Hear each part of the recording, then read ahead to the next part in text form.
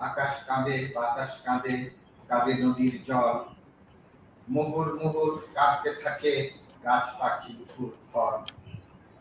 দূরসাগরের ঢেউরা কাঁদে, আছড়ে পড়ে কোলে, কাশের বাগান বিলাপ করে পঁচাত্তরে ফুলে।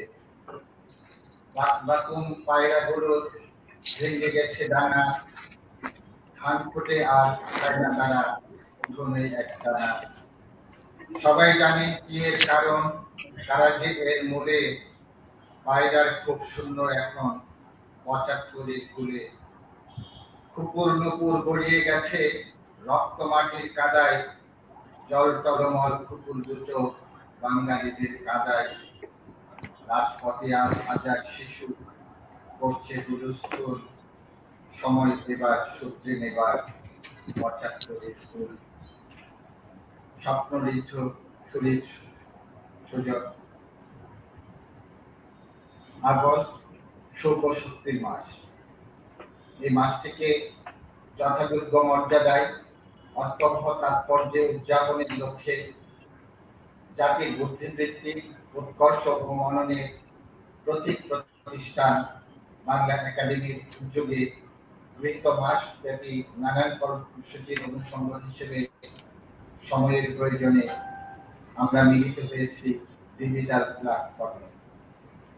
আমাদের আয়োজনে আছে আলোচনা, কবি কণ্ঠে কবিতা পাঠ, আবৃত্তি, পুস্তক প্রদর্শনী ইত্যাদি আয়োজনে আজ আমরা সকলেই সংযুক্ত আছি।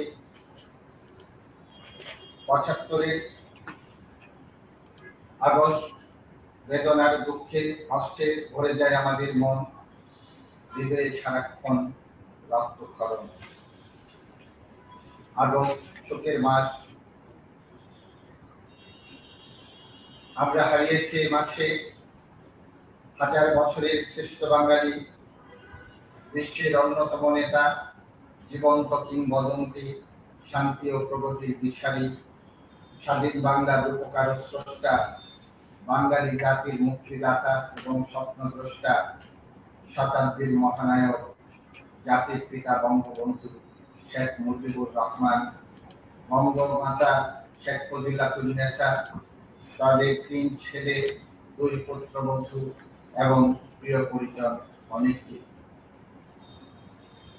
হাজার বছরের শ্রেষ্ঠ বাঙালি বঙ্গবন্ধু শেখ মুজিবুরের ঘটনাবহুল জীবন, তার প্রজ্ঞা ও বিচক্ষণতা, সাহস ও মহানুভবতা এবং দেশের মানুষের প্রতি তার কৃত্রিম অকুণ্ঠ ভালোবাসার কথা আমাদের অজানা নয়।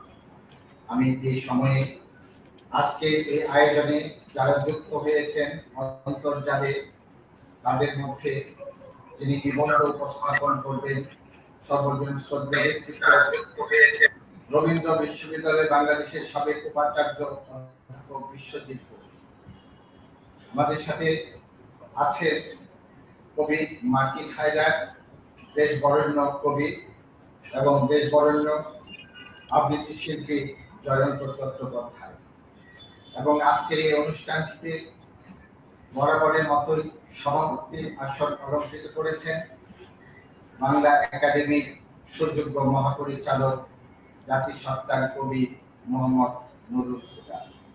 এবং এই অনলাইনে যুক্ত বাংলাদেশ, পৃথিবীর বিভিন্ন প্রান্ত থেকে যারা আছেন, আমি এইচ.এম. লোকমান, সচিব বাংলা একাডেমি, সবাইকে জানাচ্ছি অপূরণ ভালোবাসা, শ্রদ্ধা এবং শুভেচ্ছা। সমবেত সুধীজন, শোষিত বঞ্চিত মানব জাতির মুক্তির লক্ষ্যে মানবতার কল্যাণ প্রয়াসে যুগে যুগে পৃথিবীতে এসেছেন এক একজন বীর পুরুষ। এরা বিজাতীয় শোষণ, অত্যাচার, অনাচার, নিপীড়ন, নির্যাতন ও দুঃশাসনের বিরুদ্ধে প্রতিবাদ মুখর হয়েছেন, জনমত তৈরি করেছেন এবং মুক্তির মিছিলের নেতৃত্ব দিয়েছেন। এসব বীর যুগে যুগে জন্মগ্রহণ করেননি, করেছেন শতবর্ষে একজন। যেমন আমেরিকায় আব্রাহাম লিঙ্কন, তুরস্কে কামাল আতাতুর্ক, ভারতে মহাত্মা গান্ধী, দক্ষিণ আফ্রিকায় নেলসন ম্যান্ডেলা এবং বাংলায় জন্মেছিলেন বাঙালি জাতির অতি সংগ্রামিত নেতা, জাতির মহানায়ক বঙ্গবন্ধু শেখ মুজিবুর রহমান। সাধারণ মানুষের অধিকার প্রতিষ্ঠা ও দেশের স্বাধীনতা অর্জনে তার আপসহীন নেতৃত্ব রাজনৈতিক বৃহত্তর প্রেক্ষাপটে প্রশংসনীয়। অগণতান্ত্রিক কার্যকলাপ ও কায়েমি স্বার্থের বিরুদ্ধে তিনি ছিলেন সতত সোচ্চার। বাঙালি জাতির আশা আকাঙ্ক্ষার বাস্তবায়নে ও স্বাধীন সত্তার বিকাশে তিনি প্রবল আন্দোলন গড়ে তোলেন। ৬৬ ৬ দফা আন্দোলন সহ ৬৯-এর গণ অভ্যুত্থানে তার সকল নেতৃত্ব আমাদের জাতির ইতিহাসে চিরভাষ্য হয়ে আছে। বাঙালি জাতীয়তাবাদের উপকার বঙ্গবন্ধু জীবনব্যাপী আপসহীন সংগ্রাম ও ঐকান্তিক নিষ্ঠায় দেশের মানুষকে মুক্তিযুদ্ধে অনুপ্রাণিত করে জাতির আত্মনিয়ন্ত্রণ অধিকার প্রতিষ্ঠা করেন। আমরা প্রাপ্ত হই বিশ্ব মানচিত্রে সার্বভৌম বাংলাদেশ, সবুজের বুকে লাল সূর্য প্রতীক স্বাধীন পতাকা। বঙ্গবন্ধু এবং বাংলাদেশ অবিচ্ছেদ্য সমার্থক সত্যতায়। তার সাহসী ও দূরদর্শী নেতৃত্বে আমরা স্বাধীন ভূখণ্ড এবং লাল সবুজের পতাকা অর্জন করেছি। আজও তারই প্রেরণায় আমরা এগিয়ে চলছি সমৃদ্ধ বাংলাদেশের স্বপ্ন বাস্তবায়নে। যত চেষ্টাই হোক না কেন, বাংলাদেশের ইতিহাস থেকে বঙ্গবন্ধুকে বিচ্ছিন্ন করা যাবে না। বস্তুত বঙ্গবন্ধুর জীবন ও বাংলাদেশ একাকার হয়ে গেছে। জীবদ্দশায় তিনি যেমন আমাদের সংগ্রাম ও সংকল্পের প্রতীক ছিলেন, শাহাদাতের এত বছর পরও তিনি তার সেই স্থানীয় সমহিমায় বিরাজিত আছেন, থাকবেন। বাঙালি জাতিসত্তা ও বুদ্ধিবৃত্তিক উৎকর্ষের মননের প্রতীক প্রতিষ্ঠান বাংলা একাডেমির সঙ্গে বঙ্গবন্ধু তার রাজনীতি জীবনের শুরু থেকে যুক্ত ছিলেন নিবিড় একাত্মতায়। আমরা স্মরণ করতে পারি ১৯৭১ সালের ১৫ই ফেব্রুয়ারি বাংলা একাডেমি আয়োজিত সপ্তাহব্যাপী অমর একুশের অনুষ্ঠান মালায় প্রধান অতিথি ছিলেন ৭০-এর নির্বাচনী বিজয়ী বাঙালির অবিসংবাদিত নেতা বঙ্গবন্ধু শেখ মুজিবুর রহমান। সেদিন বঙ্গবন্ধু এই বাংলা একাডেমি প্রাঙ্গণে তার বক্তব্যে সমবেত সবার উদ্দেশ্যে বলেছিলেন, আপনারা বুকে হাত দিয়ে বলেন আপনারা ভাষার জন্য কি করেছেন, কি করছেন, দেশের জন্য আপনারা কি করছেন। আমরা যেদিন ক্ষমতায় যাব সেদিন থেকে বাংলা রাষ্ট্রভাষা হবে। একই সঙ্গে আমরা স্মরণ করি ১৯৭৪ সালে সদ্য স্বাধীন বাংলাদেশে বঙ্গবন্ধু কর্তৃক উদ্বোধিত জাতীয় সাহিত্য সম্মেলনের কথা। সেখানে বিশ্বের বিভিন্ন রাষ্ট্রের খ্যাতনামা কবি, লেখক, পণ্ডিতগণ বাংলা একাডেমি প্রাঙ্গণে সমবেত হয়ে স্থাপন করেছিলেন আন্তর্জাতিক মৈত্রী ও সাহিত্যিক সাংস্কৃতিক ভাব বিনিময় দৃষ্টান্ত। জাতীয় সাহিত্য সম্মেলন উদ্বোধন করতে এসে বাংলা একাডেমির অঙ্গনে বঙ্গবন্ধু বলেছিলেন, আমাদের সাহিত্য সংস্কৃতি যেন শুধু শহরের পাকা দালানি আবদ্ধ না হয়ে থাকে, বাংলাদেশের গ্রাম গ্রামান্তরে কোটি কোটি মানুষের প্রাণের স্পন্দন যেন তাতে প্রতিফলিত হয়। সম্মানিত সমাজন, বঙ্গবন্ধু এদেশীয় মির্জাফরদের কাছে শারীরিকভাবে পরাজিত হয়েছিল ১৯৭৫। একদল ক্ষমতা পিপাসু প্রতারক রাজনীতিকের ষড়যন্ত্রে আমরা বাংলার ১৭-১০টা বঙ্গবন্ধুকে হারিয়েছি। আমরা হারিয়ে ফেলেছি ৫৬,০০০ বর্গ মাইল আলোচিত একজন সূর্য সরকারকে। কিন্তু মুজিব আমার হাজার যুগের সূর্য রঙিন লাল, এই মাটিতে থাকবে জেগে মুজিব চিরকাল। মন আজ ভারাক্রান্ত, হৃদয় জুড়ে বেদনার রক্তক্ষরণ, মনের আকাশে পুঞ্জীবিত দুঃখের মেঘ, শক্তি আর শক্তিতে রূপান্তরিত করতে হবে। বঙ্গবন্ধুর স্বপ্নে সোনার বাংলা গড়ার প্রত্যয় শপথের বলিয়ার্থ আজকে সেই দিন।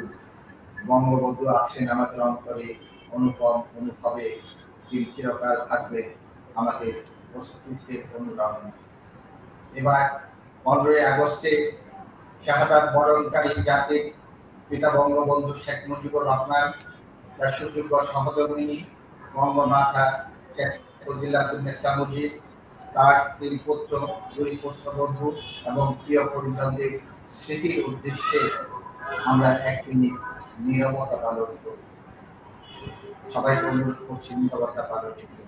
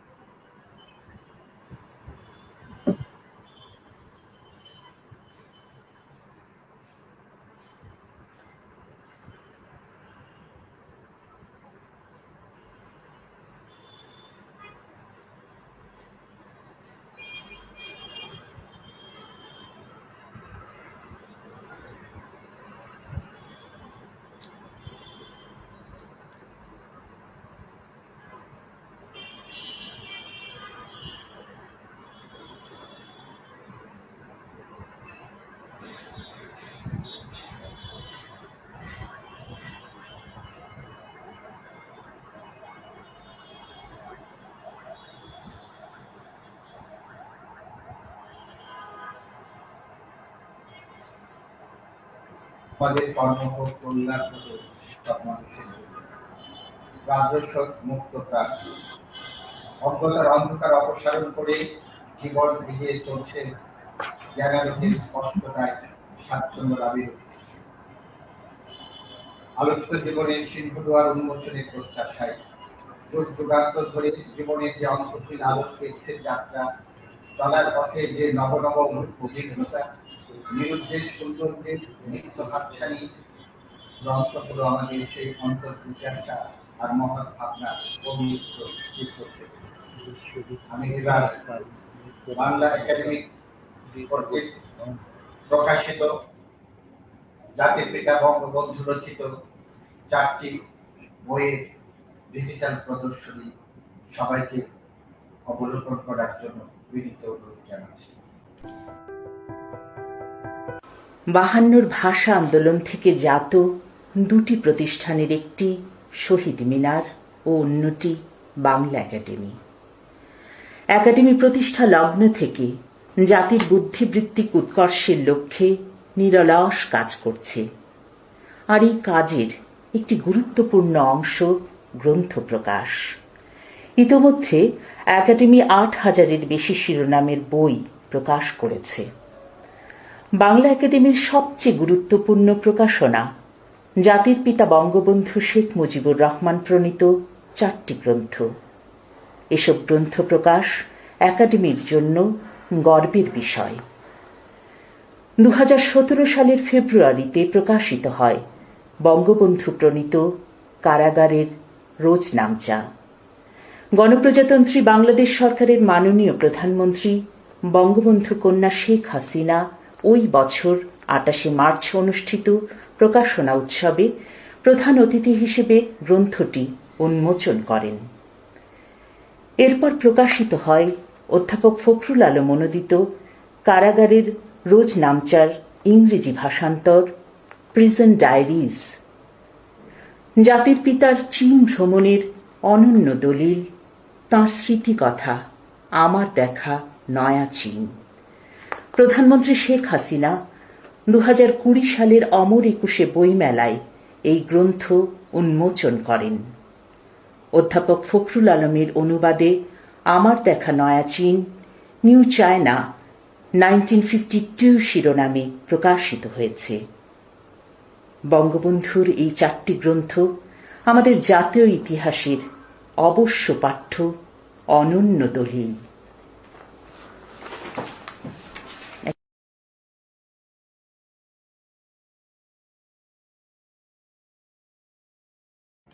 অজ্ঞতা, শিক্ষা, অমানবিকতার অন্ধকার, আমাদের স্বপ্ন বিকাশমান বাংলার, আমাদের স্বপ্ন সুস্থ আগামীর উজ্জ্বল শৈল্পিক সূর্যময়তা। সম্মানিত সুশীল সুধী, এই পর্যায়ে আমি অনুরোধ রাখছি সাবেক উপাচার্য রবীন্দ্র বিশ্ববিদ্যালয় বাংলাদেশে, যিনি আমাদের বাংলা একাডেমির কার্যনির্বাহী পরিষদের অন্যতম সভ্য, তিনি অধ্যাপক বিশ্বজিৎ ঘোষ, তাকে অনুরোধ করছি তার নিবন্ধ উপস্থাপন।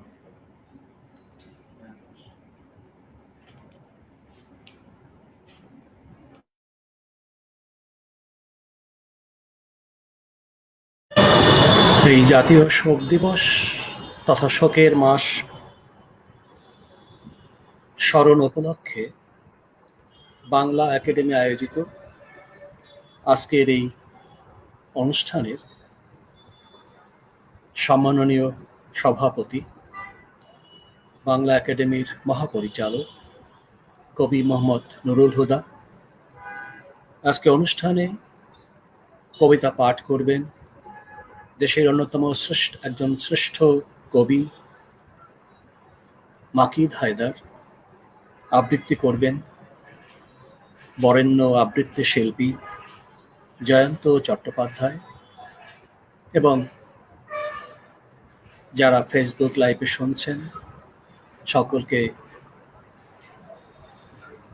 অপরাহ্নিক অভিবাদন জানাই। আজকে প্রবন্ধ পাঠের আগে আমি আমার গভীরতর শ্রদ্ধা জ্ঞাপন করি জাতির পিতা, হাজার বছরের শ্রেষ্ঠতম বাঙালি, স্বাধীনতার মহান স্থপতি বঙ্গবন্ধু শেখ মুজিবুর রহমানের স্মৃতির প্রতি। আমি শ্রদ্ধা জ্ঞাপন করি 1975-এর মধ্য আগস্টে বঙ্গবন্ধুর সাথেই শহীদ হয়েছেন বেগম ফজিলাতুন্নেসা মুজিব এবং সেদিন তার পরিবারের যারা শহীদ হয়েছে সকলের স্মৃতির প্রতি গভীর শ্রদ্ধা জ্ঞাপন করি। আমি আজকে আগস্ট ট্র্যাজেডি ও বর্তমান বাংলাদেশ শিরোনামে যে নিবন্ধটি রচনা করেছি সেটি খানিকটা পাঠ করব, খানিকটা বলবো। মূল বিষয়ে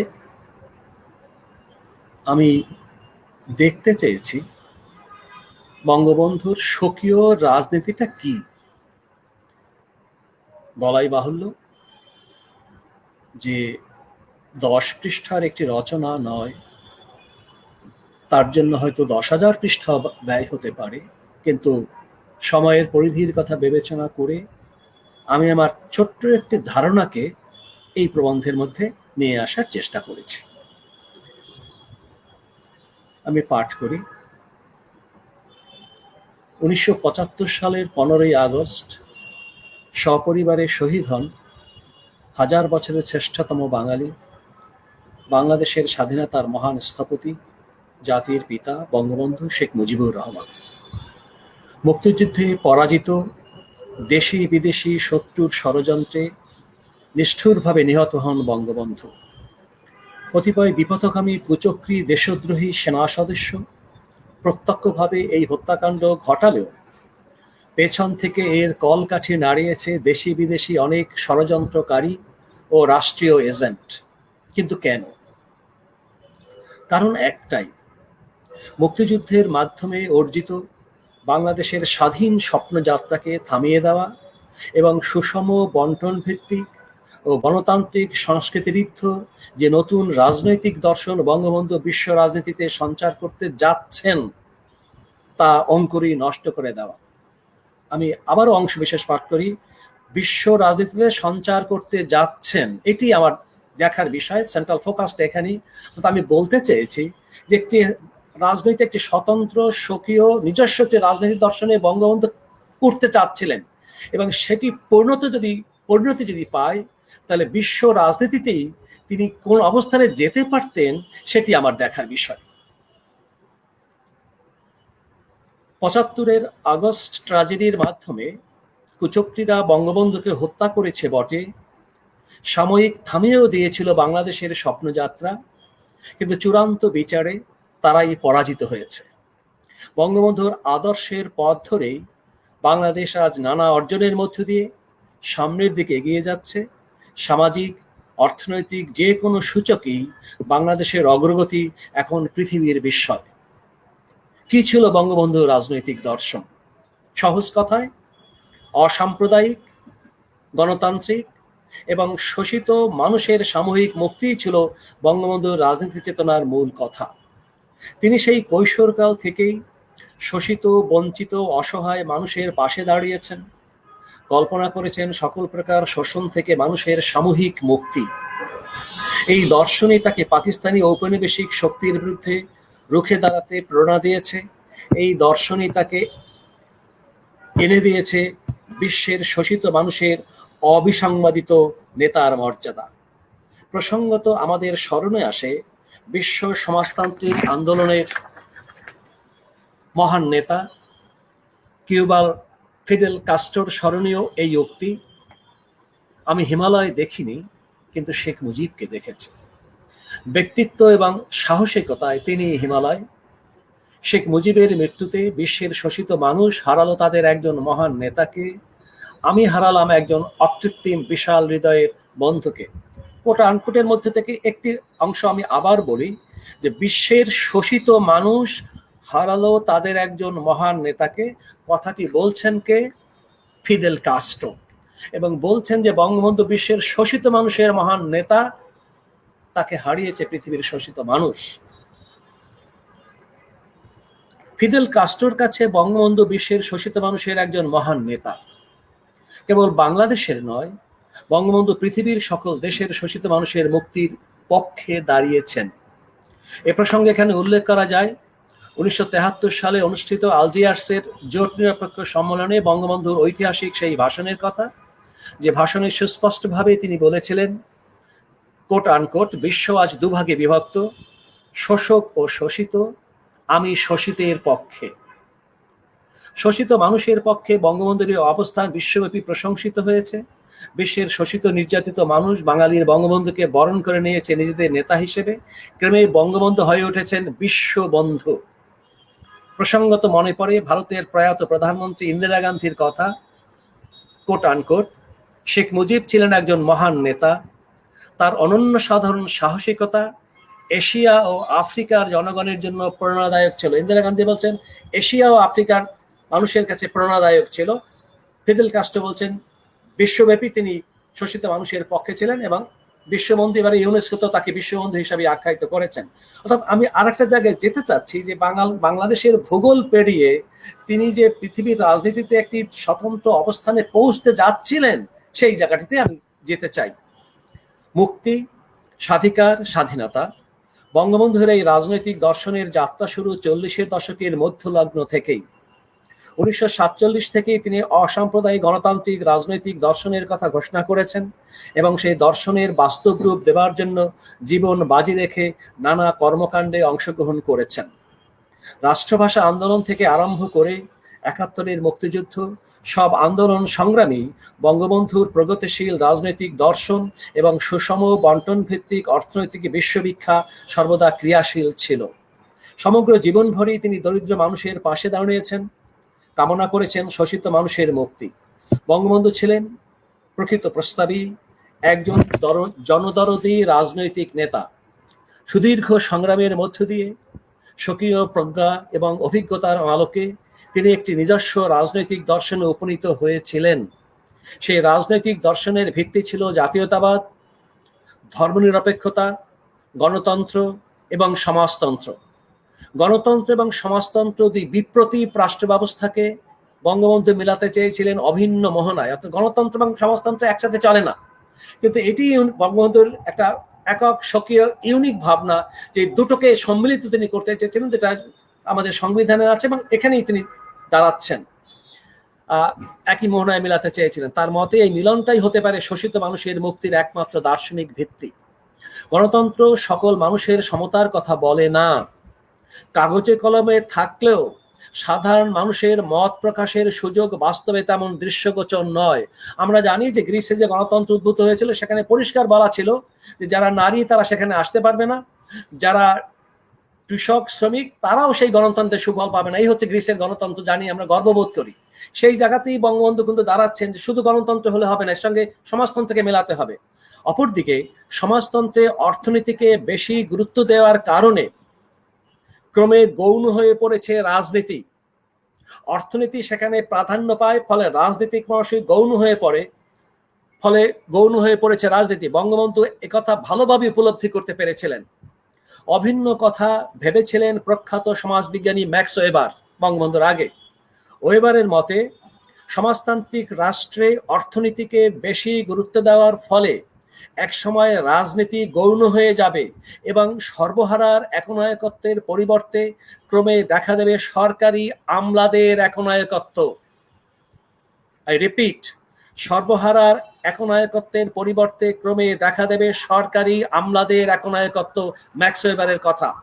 এবং উত্তরকালে প্রসঙ্গত London school of economics and political সায়েন্সের একসময়ের বিশ্ব পরিচালক, বিশ্বগত সমাজবিজ্ঞানী অ্যান্থনি গিডেন্সের একটি উক্তি আমি উদ্ধৃত করব। The disappearance of the political through it's merging with the economic, the result could only be an enormous expansion in bureaucratization. This would not be the dictatorship of the proletariat, but the dictatorship of the official. গিডেন্সের এই মন্তব্যে বাস্তব প্রতিফলন কি বর্তমান বাংলাদেশে দেখা যাচ্ছে না? গণতন্ত্র এবং সমাজতন্ত্র এই দুই রাজনৈতিক দর্শনের অন্তর্গত শক্তি ও দুর্বলতা যথার্থই অনুধাবন করতে পেরেছিলেন তৃতীয় বিশ্বের অসামান্য এক রাজনৈতিক নেতা বঙ্গবন্ধু শেখ মুজিবুর রহমান। দুই ব্যবস্থার দুর্বলতাকে পাশ কাটিয়ে তিনি শক্তির সামবায়িক রূপের এক নতুন দর্শন দিয়েছেন বিশ্বের মুক্তিকামী মানুষের জন্য। এ কারণেই ফিদেল কাস্ট্রো বঙ্গবন্ধু শেখ মুজিবুর রহমানকে আখ্যায়িত করেন বিশ্বের শোষিত মানুষের মহান নেতা হিসেবে। এ কারণেই ইউনেস্কো তাকে আখ্যায়িত করে বিশ্ববন্ধু হিসেবে। গণতন্ত্র এবং সমাজতন্ত্র সম্পর্কে বঙ্গবন্ধুর ভাবনার মূল নির্যাসটা এখন একবার তার কথাতেই দেখা যেতে পারে।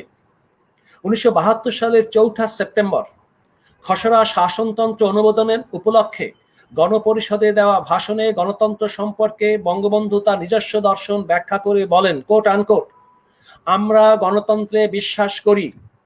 গণতন্ত্র সেই গণতন্ত্র যা সাধারণ মানুষের কল্যাণ সাধন করে। আমরা দেখেছি যে গণতন্ত্র যেসব দেশে চলেছে, দেখা যায় সেসব দেশে গণতন্ত্র পুঁজিবাদের প্রোটেকশন দেওয়ার জন্য কাজ করে। বঙ্গবন্ধু পরিষ্কার পুঁজিবাদের প্রোটেকশন দেওয়ার জন্য কাজ করে এবং সেখানে প্রয়োজন হয় শোষকদের রক্ষা করার জন্য গণতন্ত্র ব্যবহার। অসামান্য যে গণতন্ত্র শোষকরাই ব্যবহার করে নিজেদের রক্ষা করার জন্য। সেই গণতন্ত্রে আমরা বিশ্বাস করি না। আমরা চাই শোষিতের গণতন্ত্র, এবং শোষিতের গণতন্ত্রের অর্থ হলো আমার দেশে যে গণতন্ত্রের বিধিলিপি আছে তাতে যেসব বন্দোবস্ত করা হয়েছে যাতে এদেশে দুঃখী মানুষ রক্ষা পায়, শোষিতরা যাতে রক্ষা পায় তার ব্যবস্থা নাই। সেজন্য আমাদের গণতন্ত্রের সাথে অন্যের পার্থক্য আছে। অর্থাৎ তৃতীয় বিশ্বের গণতন্ত্র আমার গণতন্ত্রের সাথে পশ্চিমী গণতন্ত্রের পার্থক্য আছে। যে চক্র দিয়ে মানুষকে শোষণ করা হয় সেই চক্রকে আমরা জনগণের কল্যাণের জন্য ব্যবহার করতে চাই। অর্থাৎ গণতন্ত্রকে ব্যবহার করতে চাই মানুষের মুক্তির জন্য, শোষিতকে রক্ষা করার জন্য এই গণতন্ত্র ব্যবহার করা হবে। সেজন্য এখানে গণতন্ত্র সম্পর্কে আমাদের সংজ্ঞার সঙ্গে অনেকের সংজ্ঞার পার্থক্য হতে পারে। ক্লিয়ার যে সমস্ত কথা ওই বইতে পড়া যায়, বইতে যাই যে গণতন্ত্র for the people by the people ইত্যাদি, এই সমস্ত কথা আমি বিশ্বাস করি না। আমার গণতন্ত্র হচ্ছে শোষিত মানুষের মুক্তির গণতন্ত্র। এখানে বঙ্গবন্ধু পরিষ্কার তার ভাবনায়। 1975 সালের 26শে মার্চ স্বাধীনতা দিবস উপলক্ষে সোহরাওয়ার্দী উদ্যানে আয়োজিত জনসভায় নিজস্ব গণতন্ত্র ভাবনার ব্যাখ্যা করে বঙ্গবন্ধু বলেন, কোট আনকোট, আমরা চাই শোষিতের গণতন্ত্র। আমি বিশ্বাস করি না ক্ষমতা বন্দুকের নলে। আমি বিশ্বাস করি ক্ষমতা বাংলার জনগণের কাছে। জনগণ যেদিন বলবে বঙ্গবন্ধু ক্ষমতা ছেড়ে দাও, বঙ্গবন্ধু তারপর একদিনও রাষ্ট্রপতি, একদিনও প্রধানমন্ত্রী থাকবে না। বঙ্গবন্ধু ক্ষমতার জন্য রাজনীতি করে নাই। বঙ্গবন্ধু রাজনীতি করেছে দুঃখী মানুষকে ভালোবেসে। বঙ্গবন্ধু রাজনীতি করেছে শোষণহীন সমাজ কায়েম করার জন্য। আমরা চাই শোষিতের গণতন্ত্র, আমরা চাই না শোষকের গণতন্ত্র। আনকোট। বঙ্গবন্ধু তার ভাবনায় পরিষ্কার। শোষিতের গণতন্ত্র চাইতেন বলেই বঙ্গবন্ধু বাংলাদেশের সংবিধানে রাষ্ট্রীয় মূলনীতির অন্যতম স্তম্ভ হিসেবে গণতন্ত্রের পাশাপাশি সমাজতন্ত্রকে অন্তর্ভুক্ত করেছিলেন। সমাজতন্ত্র সম্পর্কে বঙ্গবন্ধু ছিল স্বতন্ত্র ভাবনা। খসড়া শাসনতন্ত্র অনুমোদন উপলক্ষে গণপরিষদের অধিবেশনে বঙ্গবন্ধু বলেন, কোট আনকোট, আমরা সমাজতন্ত্রে বিশ্বাস করি। আমাদের সমাজতন্ত্রের মানে শোষণহীন সমাজ। সমাজতন্ত্র আমরা দুনিয়া থেকে হাওলাত করে আনতে চাই না। অসাধারণ। এবং হাওলাত শব্দটা তাৎপর্যপূর্ণ। ধার বলেন নাই, বলেছেন গণতন্ত্রকে আমরা দুনিয়া থেকে হাওলাত করে আনতে চাই না। একেবারে লোকভাষা ব্যবহার করেছেন। সমাজতন্ত্রের মূল কথা হলো শোষণহীন সমাজ। সমাজতন্ত্র প্রতিষ্ঠা করতে হলে সেই দেশের কি আবহাওয়া, কি ধরনের অবস্থা, কি ধরনের মনোভাব, কি ধরনের আর্থিক অবস্থা সবকিছু বিবেচনা করে ক্রমশ এগিয়ে যেতে হয় সমাজতন্ত্রের দিকে। পরিষ্কার তার ভাবনায়। রাশিয়া যে পন্থা অবলম্বন করেছেন চীন তা করে নাই, যে সে অন্যদিকে চলেছে। রাশিয়ার বামে বাস করে যুগোস্লাভিয়া, রোমানিয়া, বুলগেরিয়া নিজ দেশের পরিবেশ নিয়ে, নিজ জাতির পটভূমি নিয়ে সমাজতন্ত্রের পথে চলেছে। একদিনে সমাজতন্ত্র হয় না, কিন্তু আমরা 9 মাসে অর্থাৎ 1972 সালের জানুয়ারি মাসে তিনি মুক্তি পাওয়া থেকে সেপ্টেম্বর, এই 9 মাস বলেছেন যে আমরা 9 মাসে যে পদক্ষেপগুলি নিয়েছি তা আমার মনে হয় দুনিয়ার কোনো দেশে যারা বিপ্লবের মাধ্যমে সোশ্যালিজম এনেছে তারাও সেগুলি করতে পারে নাই।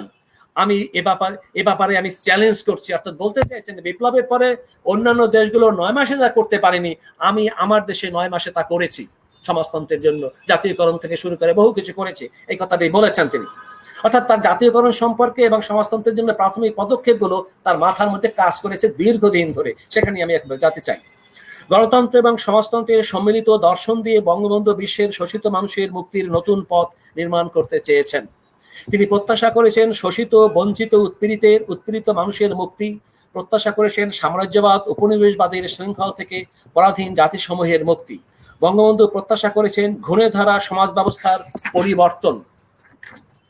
1975-এর 26শে মার্চ সোহরাওয়ার্দী উদ্যানে আয়োজিত জনসভায় লক্ষ মানুষের সামনে তিনি ঘোষণা করেন, কোট আনকোট, সমাজের পরিবর্তন চাই। এই যে কি হয়েছে সমাজের, সমাজ ব্যবস্থায় যেন ঘুম ধরে গেছে, এই সমাজের প্রতি চরম আঘাত করতে চাই। যে আঘাত করেছিলাম পাকিস্তানিদের, সে আঘাত করতে চাই এই ঘুরে ধরা সমাজ ব্যবস্থাকে। যে নতুন সিস্টেমে যেতে চাচ্ছি আমি, তাতে গ্রামে গ্রামে বহুমুখী কোঅপারেটিভ করা হবে। এইটা তিনি রাশিয়ায় গিয়ে দেখে এসেছেন, এটা তিনি চীনে দেখেছিলেন 52 সালে, 56 সালে দুবার তিনি গেছেন। কোঅপারেটিভের কথা 5 বছরের প্ল্যানে বাংলাদেশের 65,000 গ্রামে একটি করে কোঅপারেটিভ হবে। এর জমি মালিকের থাকবে, পরিষ্কার তিনি বলছেন, কারণ অনেকে বিদ্রোহ করেছিলেন যে জমি নিয়ে যাবে, তা বলছেন যে এর জমি মালিকের থাকবে, কিন্তু তার ফসলের অংশ পাবে সবাই। প্রত্যেকটি বেকার, প্রত্যেকটি মানুষ, যে মানুষ কাজ করতে পারে, তাকে এই কোঅপারেটিভের সদস্য হতে হবে। এগুলি বহুমুখী কোঅপারেটিভ হবে। পয়সা যাবে তাদের কাছে, ফার্টিলাইজার যাবে তাদের কাছে, টেস্ট রিলিফ যাবে তাদের কাছে, ওয়ার্কস প্রোগ্রাম যাবে তাদের কাছে। আস্তে আস্তে ইউনিয়ন কাউন্সিলে এই জন্যই ভিলেজ কোঅপারেটিভ হবে। আমি ঘোষণা করছি আজকে যে 5 বছর প্ল্যানে প্রত্যেকটি গ্রামে 500 থেকে 1000 ফ্যামিলি পর্যন্ত নিয়ে কম্পালসারি কোঅপারেটিভ হবে। আপনার জমির ফসল আপনি নেবেন, অংশ যাবে কোঅপারেটিভের হাতে, অংশ যাবে গভর্নমেন্টের হাতে। এখানেই বঙ্গবন্ধু কিন্তু এই কথাগুলো কেউ বলে না, এবং এটি যাতে না করতে পারে সেজন্য তাকে হত্যা করা হলো। কারণ এটি করতে পারলে আমাদের দেশকে আর তারা নিয়ন্ত্রণ করতে পারবে না পুঁজিবাদ। বাংলাদেশ কৃষক শ্রমিক আওয়ামী লীগের মাধ্যমে বঙ্গবন্ধু নতুন পদ্ধতির দিকে যাত্রা শুরু করেছিলেন।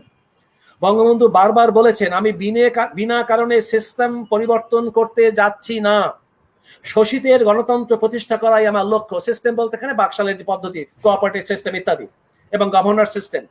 প্রসঙ্গত পরিধানযোগ্য আব্দুল গাফফার চৌধুরীর এই বিশ্লেষণ, কোট আনকোট, 75-এর 15ই আগস্টের হত্যাকাণ্ডটি যদি না ঘটত এবং বঙ্গবন্ধু তার বাকশাল শাসন ব্যবস্থা চালু করতে পারতেন, তাহলে বাংলাদেশের অবস্থা আজ কি দাঁড়াতো সে সম্পর্কে নিরপেক্ষভাবে সুষ্ঠু চিন্তাভাবনার দরকার আছে। বাকশাল পদ্ধতি সফল হলেই বাংলাদেশ সোনার বাংলায় পরিণত হতো এমন দাবি করি না।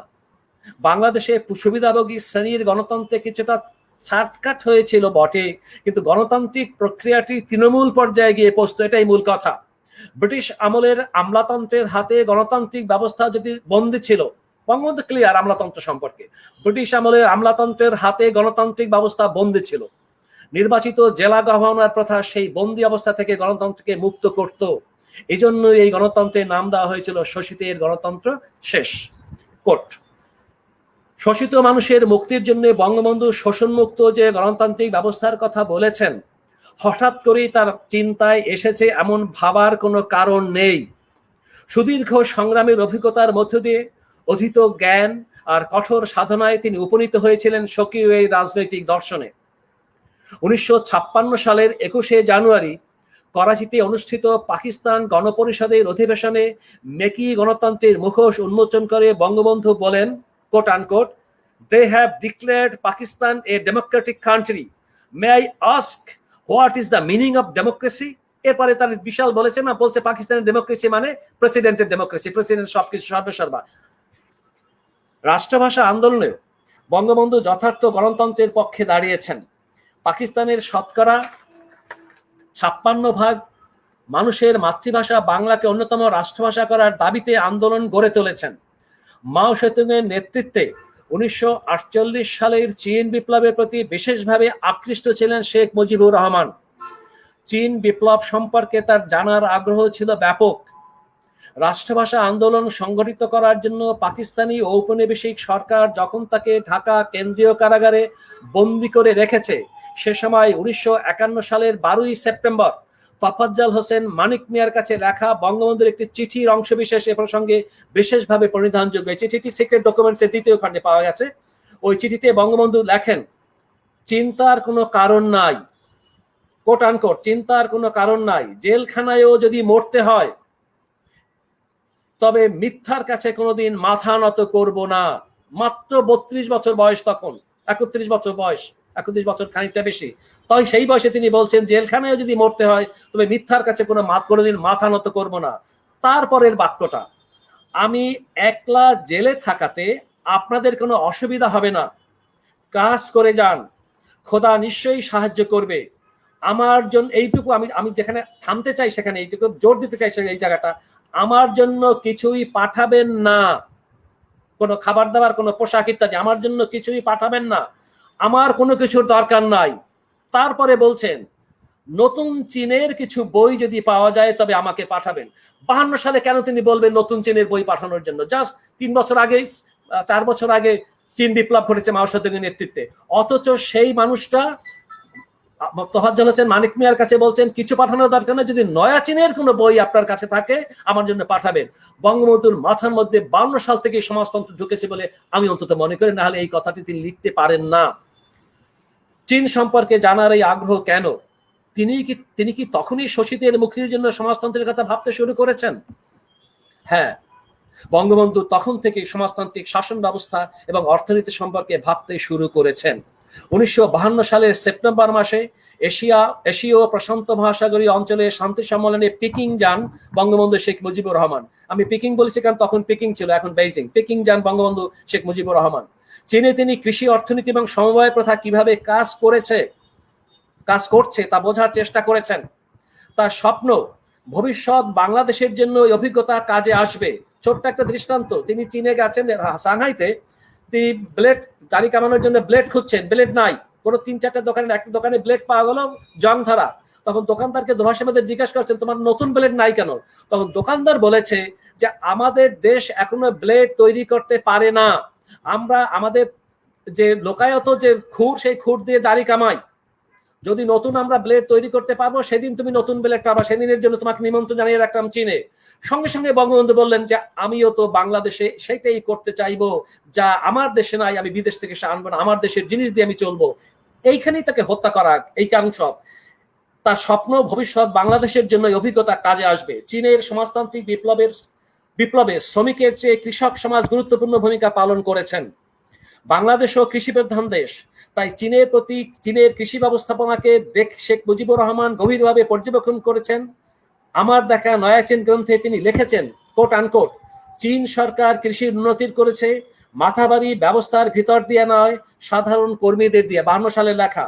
বিরাট ফার্ম, সেখানে বীজ তৈরি করা হয় এবং দেশের ভিতর সেই ভালো বীজ ব্যবহার করার জন্য পাঠানো হয়। কৃষি শ্রমিকদের সুবিধাও অনেক। আমাদের দেশের সরকারি কৃষি পানগুলিতে আয়ের চেয়ে ব্যয় বেশি হয় মাথাবাড়ি ব্যবস্থার ফলে। অসাধারণ। সমস্ত খেয়ে ফেলে, বেতনে সব শেষ, কিন্তু কাজের কিছু নাই। 1972 সালে সোভিয়েত ইউনিয়ন সফরে গিয়ে বঙ্গবন্ধু সেখানকার উৎপাদন ব্যবস্থা এবং কৃষি অর্থনীতি গভীরভাবে অনুধাবনের চেষ্টা করেছেন। বিপ্লবের প্রতি আকর্ষণের কারণে কিউবার সমাজতান্ত্রিক নেতা ফিদেল কাস্ট্রোর সঙ্গে গড়ে ওঠে তার বন্ধুত্বের সম্পর্ক। এবং আমরা জানি যখন পার্টের গুদামে আগুন দেয়া হলো আদমজি থেকে সব জায়গায়, তখন কাস্ট্রোর কাছে চিঠি দিয়ে টেলিফোন করেছেন যে আমার তো আপনাকে পাঠাতে পারবো না, কারণ আমার সমস্ত চটকলে পুড়ে গেছে, কিছুই পাঠাতে পারবো না, আপনি কি করবেন? বলে যে মিস্টার প্রেসিডেন্ট, অসুবিধা নাই, আপনার, আমি শেষ করবো দ্রুত, আপনার পাঠানোর দরকার নাই, আমার চিনি আপনার দেশে যাবে, আমার শিপমেন্ট হয়ে গেছে। এই জায়গায় আমি শেষ করতে চাচ্ছি, কেবল স্বাধীনতা নয়, বঙ্গবন্ধু চেয়েছিলেন বাঙালির অর্থনৈতিক মুক্তি। সেজন্য শোষিত মানুষের স্বার্থের কাছে নিজের স্বার্থকে তিনি জলাঞ্জলি দিয়েছিলেন। বিশ্বের শোষিত মানুষের মুক্তি ছিল তার ধ্যান জ্ঞান। সেই মুক্তির সংগ্রামে তিনি নিজেকে বিলিয়ে দিয়েছিলেন। নিজের দিকে, পরিবারের দিকে কখনো দৃষ্টি দেবার সুযোগ পাননি বঙ্গবন্ধু। প্রসঙ্গত মনে পড়ে 1952 সালে 25শে জুন তারিখে হায়দ্রাবাদে অবস্থানরত হোসেন সরোয়ারদের কাছে লাহোর থেকে লেখা শেখ মুজিবুর রহমানের একটি চিঠির এই বাক্যদ্বয়, please don't think for me, I have born to suffer. বিশ্ব সাম্রাজ্যবাদ এবং মৌলবাদের বিরুদ্ধে বঙ্গবন্ধুর এই রাজনৈতিক দর্শন মানব মুক্তির পথে নতুন এক সম্ভাবনা, নতুন দুয়ার যে মুহূর্তে উন্মোচন করতে যাচ্ছে, সে মুহূর্তেই জাতিক আন্তর্জাতিক ষড়যন্ত্রকারীদের নীল নকশায় শহীদ হলেন বঙ্গবন্ধু। এরপরে আমি বলতে চেয়েছি তার দেখানো পথে বাংলাদেশ বর্তমানে এগিয়ে যাচ্ছে তার কন্যা শেখ হাসিনার নেতৃত্বে, মাননীয় প্রধানমন্ত্রীর নেতৃত্বে, এবং সেক্ষেত্রে আমাদের সামাজিক রাজনৈতিক যে কোনো সূচকই এখন আমরা বাংলাদেশ পৃথিবীর কাছে একটি মিরাকল ইকোনমিক্সের দেশ হিসেবে পরিচিতি পেয়েছি। আমরা আশা করব বঙ্গবন্ধুর রাজনৈতিক দর্শনটা আমরা বোঝার চেষ্টা করব। আমরা মুখে বঙ্গবন্ধুর কথা বলি, কিন্তু রাজনৈতিক দর্শনটা খুব ভালোভাবে উপলব্ধি করার চেষ্টা করি না। যদি করি তাহলে আমাদের পক্ষে আত্মত্যাগে উদ্বুদ্ধ হওয়া সম্ভব, আমাদের পক্ষে ব্যক্তির স্বার্থকে জলাঞ্জলি দিয়ে বঙ্গবন্ধুর মতোই দেশের স্বার্থে মনোনিবেশ করা সম্ভবপর হবে। আমি খুব দ্রুত শেষ করলাম, শেষের অংশটুকু আর পাঠ করলাম না। যারা আমার কথা শুনলেন তাদেরকে ধন্যবাদ জানাই। আমি আবার বাংলা একাডেমির কাছে আমার গভীর কৃতজ্ঞতা জানাই আমাকে আজকে কথা বলতে সুযোগ দেওয়ার জন্য। ধন্যবাদ অধ্যাপক ডক্টর বিশ্বজিৎ ঘোষ মহোদয়কে তার সুবাচনিক, সুচিন্তিত, বিশ্লেষণধর্মী, প্রাঞ্জল, নান্দনিক নিবন্ধ উপস্থাপনা। জ্যোতির্ময় সুধী, ধন্য মুজিব ধন্য, সোনার বাংলা স্বাধীন হলো শুধুই তোমার জন্য। চোখে তোমার স্বপ্ন ছিল, বুকে ভরা আশা, দেশের প্রতি ছিল তোমার অগাধ ভালোবাসা। ৭১-এর ৭ মার্চ তুমি দিলে ভাষণ, শত্রুপক্ষ কাঁপল ভয়ে, নড়ল তাদের আসন। বজ্র কণ্ঠে অভয় দিয়ে স্বাধীন করলে দেশ, সবার মুখে ফুটল হাসি, দুঃখ হলো শেষ। ৭৫-এর মধ্য আগস্ট তোমার বুকে গুলি, এমন কথা কার কাছে কই, কেমন করে করি। সম্মানিত দূরদর্শী দর্শক শ্রোতা, এবার আমি বিনীত অনুরোধ করব কবি কণ্ঠে কবিতা পাঠের জন্য আমাদের বাংলাদেশের অন্যতম সেরা কবি, দেশ বরেণ্য কবি মাকিন হায়দার মহোদয় তার স্বরচিত কবিতা পাঠের জন্য। আনমিউট করতে বলেন, আনমিউট করে নিতে বলেন। স্যার আপনাকে শুনতে পাচ্ছি না, আনমিউট করেন, আনমিউট করতে বলেন। আনমিউট করতে হবে।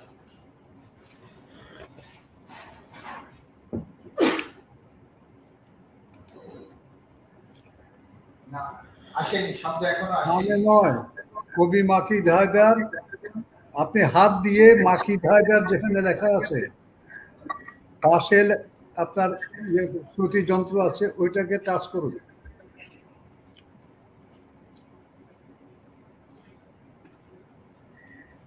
হ্যাঁ, আপনার সামনে মাকিদ হায়দার ইংরেজিতে লেখা আছে, তার বাম পাশে একটা আইকন আছে, আইকনে টাচ করুন, আইকন স্পর্শ করুন।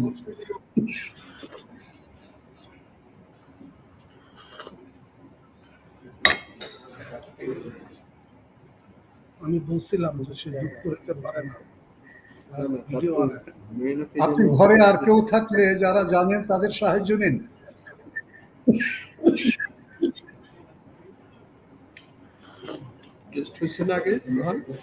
নিচে মাইক, মাইক বাঁদিকে মাইক বলে একটা আছে, MIC আছে, একটা আইকন আছে, ওইটার গায়ে টাচ করলে এটা খুলে যাবে।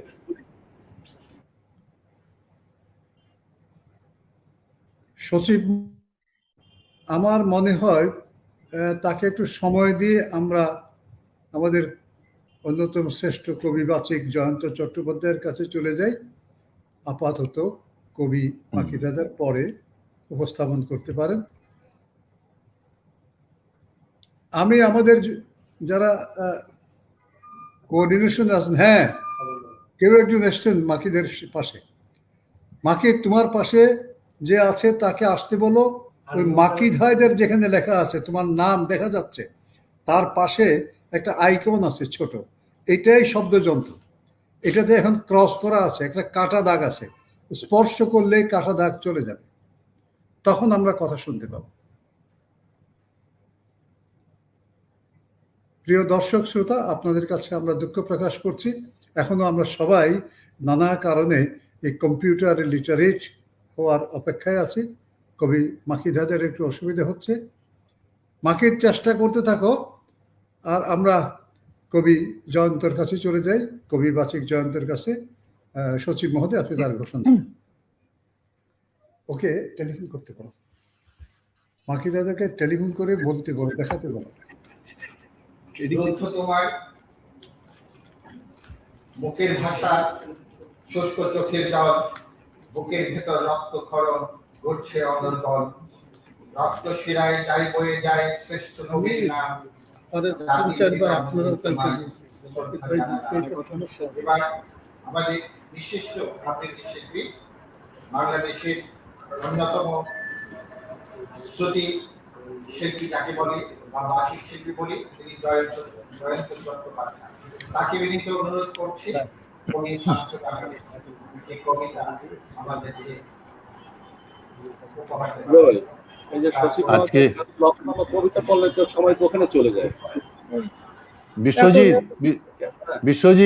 বিশ্বজিৎ তোমার এটা মাইকটা ইয়ে করো, মিউট করে দাও। আজকে আমাদের হাজার বছরের শ্রেষ্ঠ বাঙালি, জাতির পিতা বঙ্গবন্ধু শেখ মুজিবুর রহমানের যে তাকে যে হত্যা করা হয়েছিল সেই 15ই অগস্ট, সেই কালো দিনটিকে স্মরণ করে আজকে আমরা এই বাংলা একাডেমির আয়োজনে আমরা সবাইকে সমবেত হয়েছি সেই মহান ব্যক্তিত্বকে স্মরণ করার জন্য। আমি এর জন্য ধন্যবাদ জানাবো বাংলা একাডেমির মহাপরিচালক কবি মোহাম্মদ নুরুল হুদাকে, সচিব মহোদয়কে, এবং আমার আজকে যারা আমার সঙ্গে যারা উপস্থিত আছেন, ডক্টর বিশ্বজিৎ ঘোষ এবং কবি মাকিদ হায়দার, তাদের সবাইকে আমি শুভেচ্ছা এবং ধন্যবাদ জানিয়ে আমি শামসুর রহমানের বিখ্যাত কবিতা ইলেকট্রর গান, এটা আমি পাঠ করছি। শ্রাবণের মেঘ আকাশে আকাশে জটলা পাকায়, মেঘময়তায় ঘন ঘন আজি বিদ্যুৎ চলে। মিত্র কোথাও আশেপাশে নেই, শান্তি উধাও, নির্দয় স্মৃতি মিতালি পাতায় শতকরটির সাথে। সে কবে আমিও স্বপ্নের বনে তুলেছি গোলাপ, শুনেছি কত যে প্রহরে প্রহরে বনদোয়েলের রাত। অবুঝ সে মেঘ ক্রাইস্তোথেমেস আমার সঙ্গে মেতেছে খেলায়, কখনো আমার বেনিতে দিয়েছে টান। নিহত জনক আগামেমনন কবরে শায়িত আজ। পিতৃভবনে শুনেছি অনেক চারণের গাথা, লায়ারের তারে হৃদয়ে বেজেছে সুদূর মোদির সুরে। একদা এখানে কত বিদূষক প্রাসাদ কুড়িয়ে হয়েছে ধন্য, প্রধান কক্ষ ফুলে ফুলে গেছে ছে। প্রজাপতি খুশি ফেরারি এখন বিষাদ আমাকে করেছে দখল, কেমন বিরল কুয়াশা রেখেছে ঘিরে। রক্তের ডাকে দিশাহারা ঘুরি এলোমেলো, আমার রাতের শয্যায় শুধু কান্নার স্বাক্ষর। নিহত জনক আগামেমনন কবরে শায়িত আজ।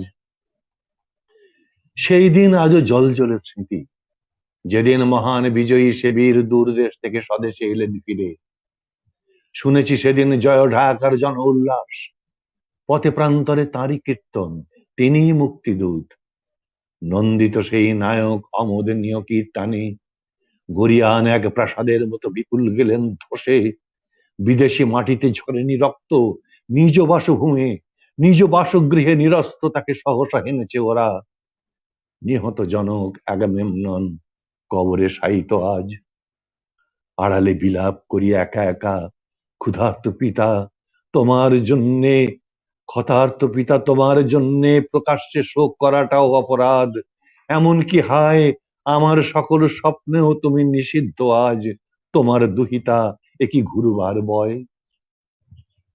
মাথার ভেতরে ঝোড়ো মেঘ ওড়ে, আমি একাকিনী পিতৃভবনে, আমার কেবলই শোক পালনের পালা।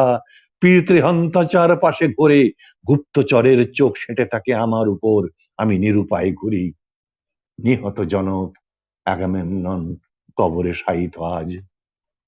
কখনো কখনো মাঝরাতে আমি জেগে উঠি, শুনি পায়ের শব্দ, আস্তাবলের ঘোড়ার আর্তনাদ, শিকারী কুকুর ঘরের কপাট ঠেলে অবিরত, আমার রক্তে দাঁত নখ তার সিক্ত করতে চায়।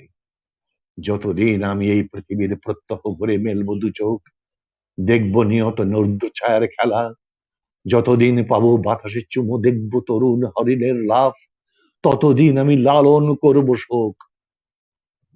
নিহত জনক আগামেমনন কবরে শায়িত আজ। অন্ধের দেশে কে দেবে অভয়, ভাই পরবাসে কে নেবে আমার মহাদায় ভার, তেমন জীবন সঙ্গী কই, কেমন ছাদের নিচে সহদর ছেড়ে তার রুটি, কোন প্রান্তরে দাঁড়াচ্ছে ধুলি ওয়েস্টেসের ঘোড়া। কানে পেতে থাকে দীপ্রকণ্ঠ সোনার আশায়, কাকের বাসায় ঈগলের গান কখনো যায় কি শোনা। ক্রাইস্ত থেমে এসে অবুঝ তন্নি দূরে সরে থাকে, বিকচ্ছ মুখ শরীরে এখন লায়ারের ঝংকার। নিহত জনক আগামেমনন কবরে শায়িত আজ। আমার উপমা দাবানলে পোড়া আর্ত হরিণী, মৃতের মিছিল খুঁড়ি দিন রাত, আঁধারে লুকোই মুখ, করতলে কত গোলাপ শুকায়, ঝরে জুঁই বেলি। আমার হৃদয়ে প্রতিশোধ জলে রক্ত যাবার মতো, পারবো না আমি হানতে কখনো ক্রূর তরবারি, যদিও খুর হৃদয় আমার প্রতিশোধ জন্মমালা। আত্মশুদ্ধি ঘটে যায় যদি দেখি সন্ধ্যায়, উড়ন্ত দুটি সারস কিশুকে নদীতে পেরিয়ে যায়। নিহত জনক আগামেমনন কবরে শায়িত আজ। যে যেমন খুশি তখন বাজাবে আমাকে, নানা ঘটনার সরজে নিখাদে, আমি কি তেমন বাসি? কণ্টকময় রক্ত পেপাসু পথে হাঁটি একা, আমার গ্রীবায় এবং কণ্ঠে আগামের নিঃশ্বাস। নিহত জনক আগামেমনন কবরে শায়িত আজ। নিহত জনক আগামেমনন কবরে শায়িত আজ।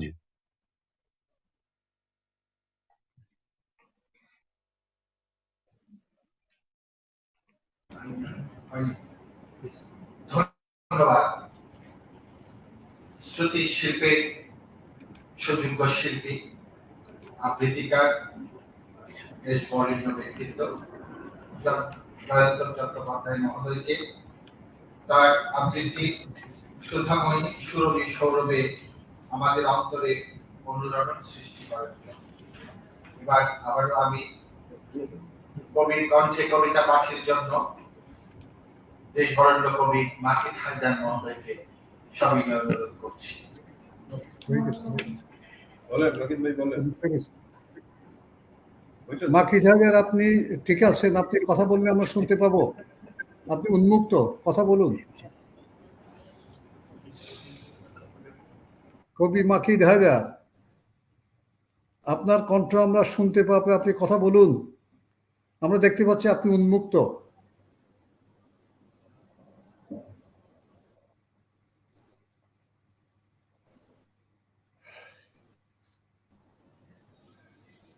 আমি একটু বিকল্প ব্যবস্থা নিতে বাধ্য হব একটু। মাকিদ হায়দারকে আমি অপেক্ষা করতে বলছি, যদি মাকিদ হায়দারের অসুবিধা হয় আরও একটু চেষ্টা করুন। ইতিমধ্যে বাংলা একাডেমির উপপরিচালক শাহাদত হোসেন নিপু, কবি ও বাচিক শিল্পী, তিনি মাকিদ হায়দারের একটি কবিতা পাঠ করবেন।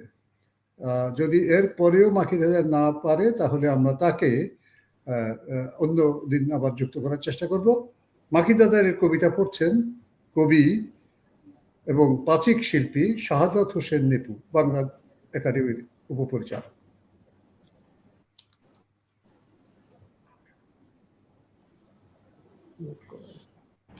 চারিদিকে জয় বাংলার ধ্বনি, শীত দুপুরে নেমেছে সূর্য, রেসকোর্স ময়দানে। গিয়েছে অতলান্তে, ডুবেছে শত্রু মধ্য রাতে। ভয় নেই আমাদের বাড়ির উঠানে, স্তব্ধ অন্ধ রাত গিয়েছে হারিয়ে। যেহেতু ফিরে এসেছে পিতা তার বাড়ির উঠানে, লক্ষ কোটি আচ্ছা, মানুষের জয়ধ্বনি, ঠিক আছে। জয় বাংলার নামে ফিরেছে পিতা বন্দিশালা। আমার কবিতাটির নাম রেসকোর্স ময়দানে তিনি জানালেন আমাদের ভেজা কণ্ঠস্বরে, আয় কাছে আয়, ভয় নেই, আমি এসেছি ফিরে আমার সোনার বাংলায় এসেছি, ভয় নেই আমি। যাব মধুমতি তীরে, যাবি সকলেই স্নিগ্ধ শ্যামল টুঙ্গি পাড়া গ্রামে, খোকাদের বাড়ি। জনমের স্নেহ প্রেম নিয়ে শত সহস্র দিবস রজনীতে শুনি, আমি এসেছি থাকবো এই পরিবারতে, অযুত নিযুত বছর পিতা থাকবে বাঙালির ঘরে। ধন্যবাদ, ধন্যবাদ ডক্টর শাহাদত হোসেন নিপু। আমি আবার মাকিদ হায়দারকে অনুরোধ করব, আপনার কণ্ঠ একটু শুনতে পেয়েছিলাম, যদি সম্ভব হয় আপনি আসুন। মাকিদ হায়দারকে আবার লিঙ্ক দিন, তিনি কথা বলতে পারলে কথা বলবেন। কবি মাকিদ হায়দার, মাকিদ হায়দারকে সংযুক্ত করুন। ইতিমধ্যে আমি আমার কথা বলতে শুরু করতে পারি আর ঘোষণা দিলে। সচিব জনাব এইচ এম লোকমান, আপনি কথা বলুন, আমাকে লিঙ্ক দিন, আমি কথা বলবো। মাকিদ এসে, মাকিদ আপনি আমাকে শুনতে পাচ্ছেন? আপনি কথা বললে আমরা শুনতে পাবো। আপনি কবিতা পড়ুন। মাকিদ হায়দার, আপনি কবিতা পড়ুন। ভাই আপনার কথা উনি শুনতে পাচ্ছেন না, সম্ভব হলে যদি কাউকে টেলিফোন করতে পারেন তাহলে দেখেন কিছু হয় না। আমি তো কথা ফোন তো করে যাচ্ছি।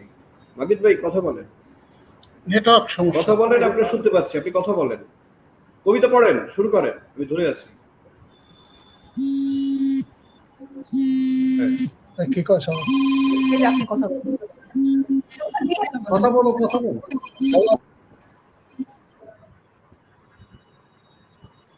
না, হবে না। মাজিদ ভাই কথা বলেন। হ্যাঁ, আমি তো কথা ফোন তো করে, আপনি শুনতে পাচ্ছি, আপনি কথা বলেন। আচ্ছা, আমার কবিতাটির নাম বাহকেরা জানতে চাইলো, বলুন। হ্যাঁ হ্যাঁ,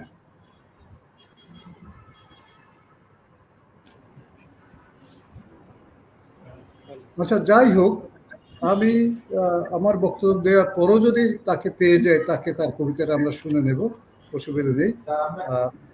হ্যাঁ, আমাদের একাডেমির বইয়ের প্রদর্শনীটা আছে, ডিজিটাল প্রদর্শনী দেখানোর পরে স্যার ওখানে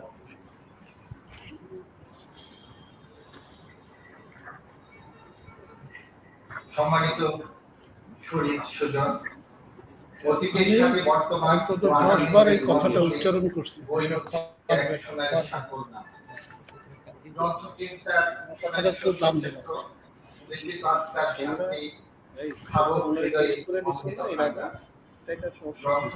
মানব সভ্যতা মানুষের প্রতি বর্তমান ভবিষ্যতের সেতু বন্ধন জাগরণের চাবিকাঠি। বাংলা একাডেমি প্রকাশিত বঙ্গবন্ধুকে নিবেদিত গ্রন্থমালা ডিজিটাল প্রদর্শনী সকলকে অবলোকন করার জন্য অনুরোধ করছি। সর্বকালের সর্বশ্রেষ্ঠ বাঙালি, বাংলাদেশ রাষ্ট্রের প্রতিষ্ঠাতা, জাতির পিতা বঙ্গবন্ধু শেখ মুজিবুর রহমানের জন্মশতবর্ষ উদযাপন আমাদের জন্য এক অপার আনন্দের উৎস। সারা দেশে এবং পৃথিবীর অন্যান্য দেশেও বঙ্গবন্ধুর জন্মশতবর্ষ নানা অনুষ্ঠান ও আয়োজনের মধ্য দিয়ে উদযাপন করা হচ্ছে। বাংলা একাডেমি জন্মশতবর্ষ উদযাপনে শত গ্রন্থ প্রকাশ করছে। ইতোমধ্যে এসব গ্রন্থের একটি বড় অংশ প্রকাশিত হয়েছে। প্রকাশিত গ্রন্থগুলো হল বঙ্গবন্ধুর বীর গাথা, ballad of our hero Bangabandhu, সংগ্রামী নায়ক বঙ্গবন্ধু, বঙ্গবন্ধুর ৭ই মার্চের ভাষণ বহুমাত্রিক বিশ্লেষণ, বঙ্গবন্ধু নানা বর্ণে, নানা রেখায়। বঙ্গবন্ধুর দ্বিতীয় বিপ্লব কি ও কেন? ৭ই মার্চের ভাষণ কেন বিশ্ব ঐতিহ্য সম্পদ? বঙ্গবন্ধু, মুক্তিযুদ্ধ, বাংলাদেশ, রাজনীতিতে হাতে খড়ি ও কলকাতায় শেখ মুজিব। বঙ্গবন্ধুকে নিবেদিত কবিতা, বঙ্গবন্ধুকে নিবেদিত ছড়া, রেণু থেকে বঙ্গমাতা। বঙ্গবন্ধু ও অসাম্প্রদায়িকতা, সাকিন, টুঙ্গিপাড়া। বঙ্গবন্ধুর আন্দোলন কৌশল ও হরতাল, বঙ্গবন্ধুর জীবন কথা। জাতির পিতা বঙ্গবন্ধু, মুক্তিযুদ্ধ, বঙ্গবন্ধু ও বাংলা একাডেমি। শেখ মুজিব একটি লাল গোলাপ। সাধক কবিদের রচনায় বঙ্গবন্ধুর জীবন ও রাজনীতি। বঙ্গবন্ধু, গণপরিষদ, সংবিধান। বঙ্গবন্ধুর কারাজীবন। উপন্যাসে বঙ্গবন্ধু। বঙ্গবন্ধু ও ভাষা আন্দোলন। স্বাধীনতার পথে বঙ্গবন্ধু, পরিপ্রেক্ষিত 1970-এর নির্বাচন। বঙ্গবন্ধু ও চলচ্চিত্র। ডাকটিকিট ও মুদ্রায় বঙ্গবন্ধু। বঙ্গবন্ধু ও চা শিল্প। Bangabandhu and turbulent Bangladesh. বঙ্গবন্ধু ও সংবাদপত্র ৬ দফা থেকে গণ অভ্যুত্থান। বঙ্গবন্ধুর সমবায় ভাবনা। বঙ্গবন্ধুর অর্থনৈতিক উন্নয়ন দর্শন, জাতীয়করণ নীতি এবং প্রথম পঞ্চবার্ষিক পরিকল্পনা। বঙ্গবন্ধুর সংস্কৃতি ভাবনা। ব্যাংক ও বিমা খাতে বঙ্গবন্ধুর অবদান। বর্ষপঞ্জি 2021 বাংলা একাডেমি।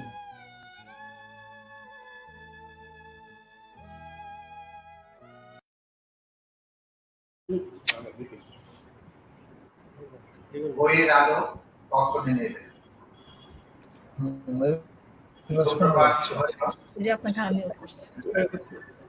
এই তুমি এখানে থাকো। কবি হ্যাঁ বলেন। তাকে অনুরোধ করছি বলতেছেন সে 2 মিনিট পরে সেটা শুনুন।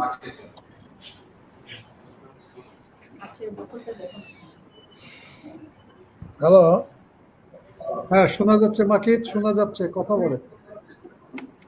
কবিতা আচ্ছা পড়েন। আচ্ছা, কবিতাটির নাম হচ্ছে কফিনের লোকটি। বাহকেরা জানতে চাইলেন, বলুন এখন কোন দিকে যাব? কেউ কোনো কথা না বলে যেন অনেক কথা বললেন, এরকম 2 মিনিট স্তব্ধতার ভেতরে কাটিয়ে ভারী কণ্ঠে দলপতি বললেন, আমাদের চারিদিকেই যাবার পথ আছে, আমরা যে কোনো দিকেই যেতে পারি। কিছুদূর এগুতেই দলপতি থামিয়ে দিলেন, কি যেন ভাবলেন তিনি। তারপর বললেন, কমলাপুরের দিকে না গিয়ে বরং শ্যামপুর, কদমতলী অথবা যাত্রা বাড়ির দিকে যাওয়াটাই ভালো। লোকটিকে যদি বুড়িগঙ্গায় রেখে আসা যায় তবে তিনি নদী এবং নৌকো দুটোই দেখতে পারবেন। এমন সময় সিদ্ধান্ত দ্রুত পাল্টিয়ে বাহকেরা পরাশগঞ্জের লোহারপুলের কাছাকাছি আসতেই পুনরায় সিদ্ধান্ত পরিবর্তন করলেন বাহকদের সেই দলপতি। লোকটির সাথে যেদিন বাঙালির প্রথম পরিচয় হয় সেই দিনটি ছিল নৌকা বাইচের দিন। বুড়িগঙ্গার জলে সেই দিন লোকজন ঢাক ঢোল বাজিয়েছিল খুব। এমন সময় একজন বললেন, ঘাটটা বদল করে নিতে হবে। মনে হচ্ছে লোকটির দেহটাকে জীবন্ত মানুষ। কফিনের ভেতর থেকেই হয়তোবা বলবেন কিছু। দলপতি জানতে চাইলেন, নৌকা বাইচের দিনে ঢোল ও করতাল ওই লোকটিকে নিজ হাতে বাজিয়েছিলেন নাকি অন্য কেউ বাজিয়েছিল? এমন সময় কে যেন বলল, সেদিন আমরা নৌকা বাইচের প্রথম হাওয়ার আনন্দে উল্লাসে সকলেই বাজিয়েছিলেন, ঝাঁপিয়ে পড়েছিলেন বুড়িগঙ্গার জলে। সেই দিনই বাইচ দেখতে এসেছিল 7.5-8 কোটি লোক। তাহলে তো লোকটাকে কোনো ক্রমেই নেওয়া যাবে না ওই দিকে, বরং এক্ষুনি ভাবতে হবে লোকটিকে যদি যাত্রা বা শ্মশানের দিকে নিয়ে যায়। যদি লোকটি জেনে যায় আশেপাশের লোকজন সকলেই বলবে, তাহলে তাহলে এবার লোকটিকে কোন দিকে নিয়ে যাব? বাহকদের একজন এবার কাঁধ বদল করতে পুনরায় ভাবতে শুরু করলেন মহান সেই দলপতি। হঠাৎ তিনি জানতে চাইলেন, তাহলে এবার আমরা কফিনের লোকটিকে নিয়ে কোন দিকে যাব? বাহকের একজন চিৎকার করে জানিয়ে দিলেন, কফিনের লোকটিকে নিয়ে চলুন আমরা সকলে টঙ্গীর শিল্পাঞ্চলে যাই। যেহেতু লোকটি একই দিনে 3টি বক্তৃতা করেছিলেন মাটিয়ার মানুষের জন্য, এমন সময় গুটি গুটি পায়ে বাহকেরা পেছনে ফরাজগঞ্জ, যাত্রাবাড়ি, লোহারপুল, এমনকি বুড়িগঙ্গা ফেলে রেখে দাঁড়ালেন এসে রামপুরা ব্রিজের উপর। তখন চারিদিকে নীরবতা। দুই একটি কাক নির্দয় লোকগুলোকে দেখছিল অবাক দৃষ্টিতে। ঠিক তক্ষণে সব বাহকের ভেতরে যিনি বয়সী ছিলেন তিনি ইতিউতি তাকিয়ে দলপতি সহ আর সকলকে শুনিয়ে শুনিয়ে বললেন, মৃত লোকটির বাপ দাদা সকলেই ছিল কৃষকের সন্তান। হাল লাঙল এখন আছে তাদের বাড়িতে। লোকটি 2 হাতে এখনো হয়তোবা লেগে আছে বৈঠার দাগ। লোকটির পুরো নৌকার মাঝি অথবা মাল্লা ছিলেন। তাই লোকটিকে অগাধ বিশ্বাস আর ভালোবাসা দিয়েছিল চাষা ভূষাদের দল। তাই যদি হয় তাহলে কফিনের লোকটিকে মর্গে রেখে আসা যেতে পারে, ভাবলেন সেই মহান দলপতি। প্রায় মর্গের কাছাকাছি না পৌঁছতেই দৌড়ে এলেন সেই 7.5-8 কোটি লোক। তারা সকলে দেখতে চাইলেন কফিনের ভেতরে কে শুয়ে আছে। বাহকেরা কাকে নিয়ে ছুটে চলেছেন দিক বিদিক। 7-8 কোটি মানুষের আত্মচিৎকারে কফিনের দরজা খুলতেই চোখে পড়লো শুয়ে আছেন একটি লোক। লোকটির নাম বাংলাদেশ শেখ মুজিবুর রহমান। আমি কি আর একটা কবিতা পড়বো?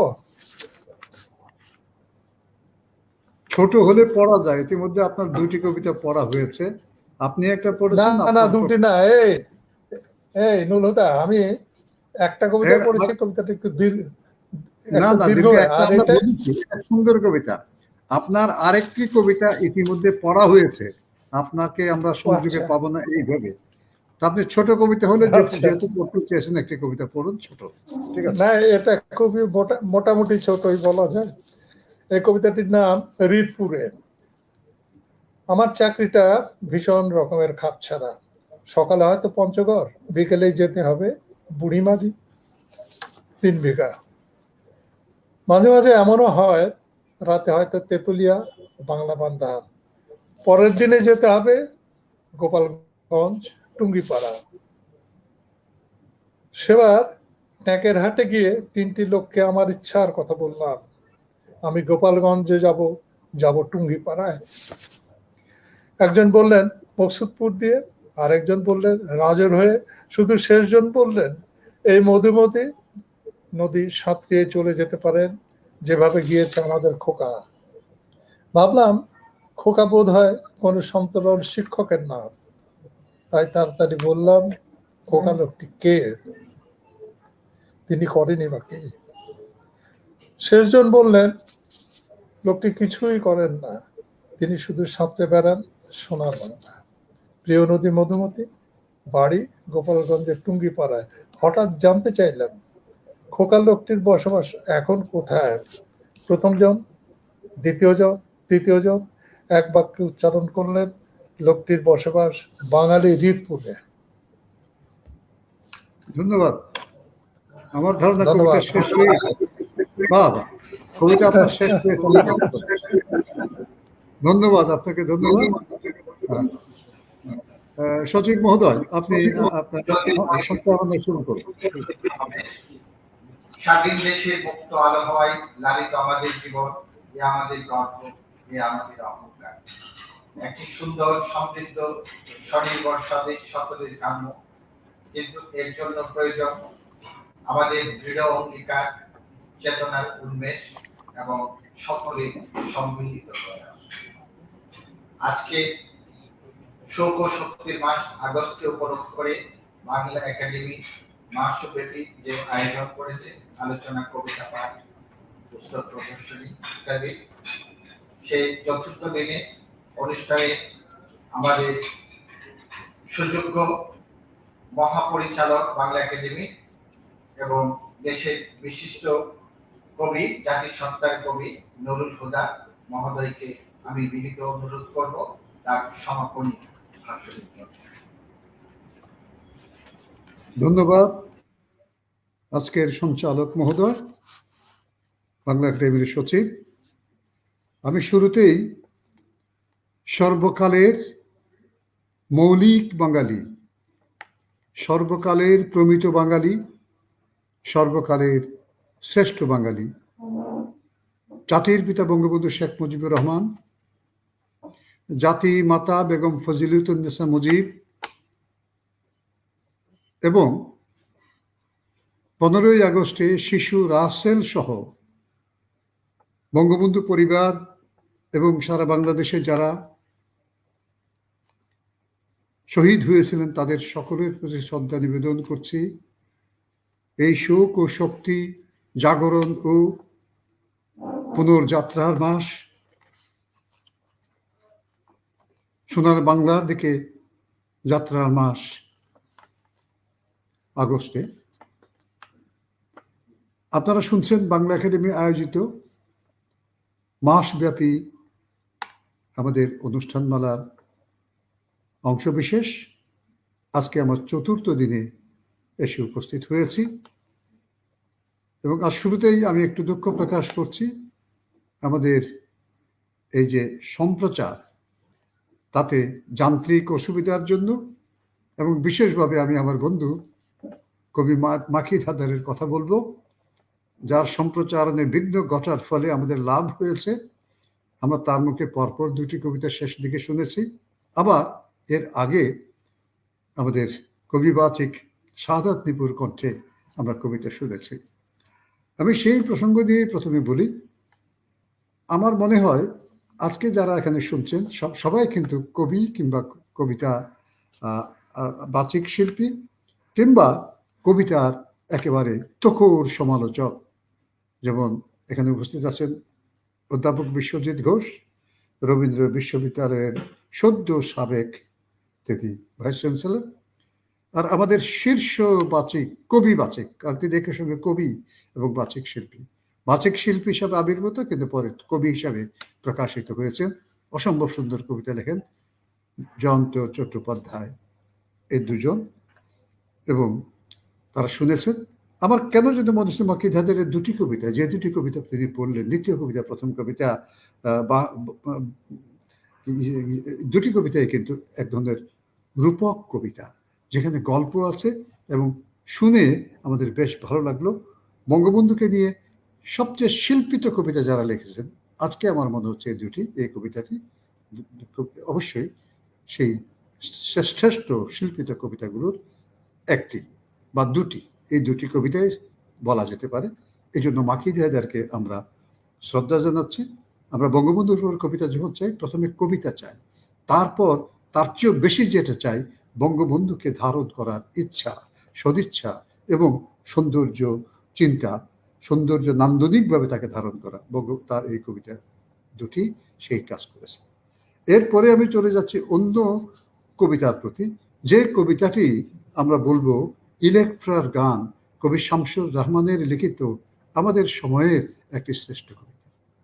এই যে আগস্ট ট্র্যাজেডির কথা আমরা বলছি, যে সম্পর্কে আজকে অসম্ভব সুন্দর বিশ্লেষণধর্মী একটি প্রবন্ধ উপস্থাপন করেছেন আমাদের প্রফেসর বিশ্বজিৎ ঘোষ, যার সম্পর্কে আমি আমার কথা শেষেই বলবো, কারণ এই সম্পর্কে আমাকে অনেক কথা বলতে হবে।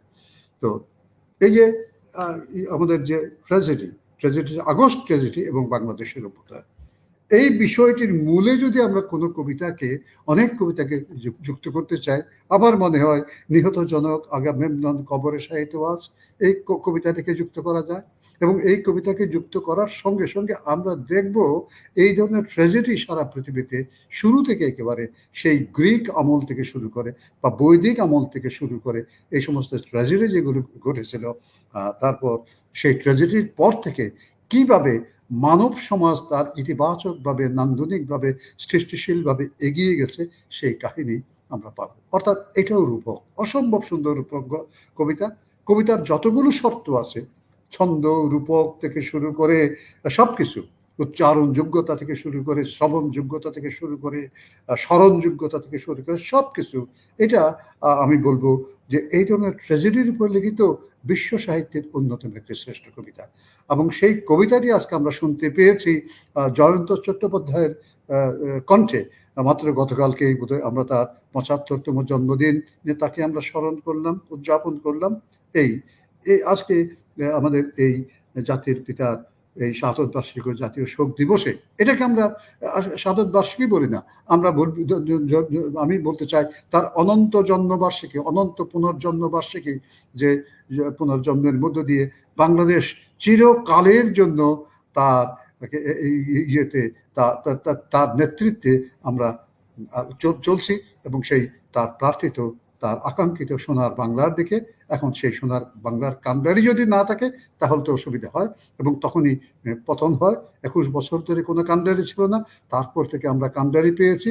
তারই রক্তের উত্তরাধিকার, তারই জাতিসত্তার উত্তরাধিকার আমাদের মাননীয় প্রধানমন্ত্রী শেখ হাসিনা রয়েছেন, তার পাশে রয়েছেন তার বোন শেখ রেহানা, এবং পুরো জাতি, যে জাতি বাঙালি জাতির সবাই তার আমাদের সঙ্গে রয়েছেন। ফলে আমরা সেই যাত্রায় এখন সোনার বাংলার যে যাত্রা, অভিযাত্রা, সেই অভিযাত্রার দিকে আমরা ইনশাল্লাহ বহুদূর এগিয়ে গিয়েছি। মধ্য আয়ের রাষ্ট্র আমরা হয়েছি, উন্নতশীল রাষ্ট্র আমরা যে প্রান্ত সীমা সেটাও পার হয়ে যাচ্ছে। আমরা আর এলডিসি নই, আমরা লিস্ট ডেভেলপড কান্ট্রি নই, আমরা কিন্তু উন্নয়নশীল দেশ। এবং আমাদের প্রদর্শিত পথে আমরা আগামী ২০-২৫ বছরের মধ্যে আশা করি আমরা পৃথিবীর অন্যতম শ্রেষ্ঠ এবং তারপর পৃথিবীর শ্রেষ্ঠ দেশে কেন পরিণত হবো না। কেন পরিণত হবো, এই যে প্রশ্ন করলাম, এর কারণ হচ্ছে বঙ্গবন্ধু শেখ মুজিবুর রহমান আমার দেখা, আমার সময়ে, আমি যে আমার যে ৭০-৭২ বছরের বয়স, এই বছরের বয়সের ভিতর তা অন্তত আমি বলবো যে ৭২ থেকে ১২ বাদ গেলে ৬০ বছর পর্যন্ত আমি বঙ্গবন্ধু শেখ মুজিবুর রহমানের নাম জানি। আমাদের এখানে যারা আছেন মাকি দাদার আমার ২ বছরের বড় হবে, সেটা আরো আগে থেকে জানে। কেন? তিনি এমন একজন মানুষ, হঠাৎ এই যে তার কবিতা, আমাদের মাকি দাদারের কবিতায় আমরা দেখেছি সেই টুঙ্গিপাড়ার দিকে তার যাত্রা, তাকে সবাই চেনার চেষ্টা করছেন, সবাই শেষ পর্যন্ত চিনে ফেললো। সেই টুঙ্গিপাড়া অর্থাৎ গণবাঙালির গণবাড়ি, টংবাড়ি। আমি টুঙ্গিবাড়ির সঙ্গে টংবাড়ি কথাটি বলি। সারা বাংলাদেশে আমাদের বাড়িগুলো একটা টঙের মতো, একটা টুঙ্গির মতো।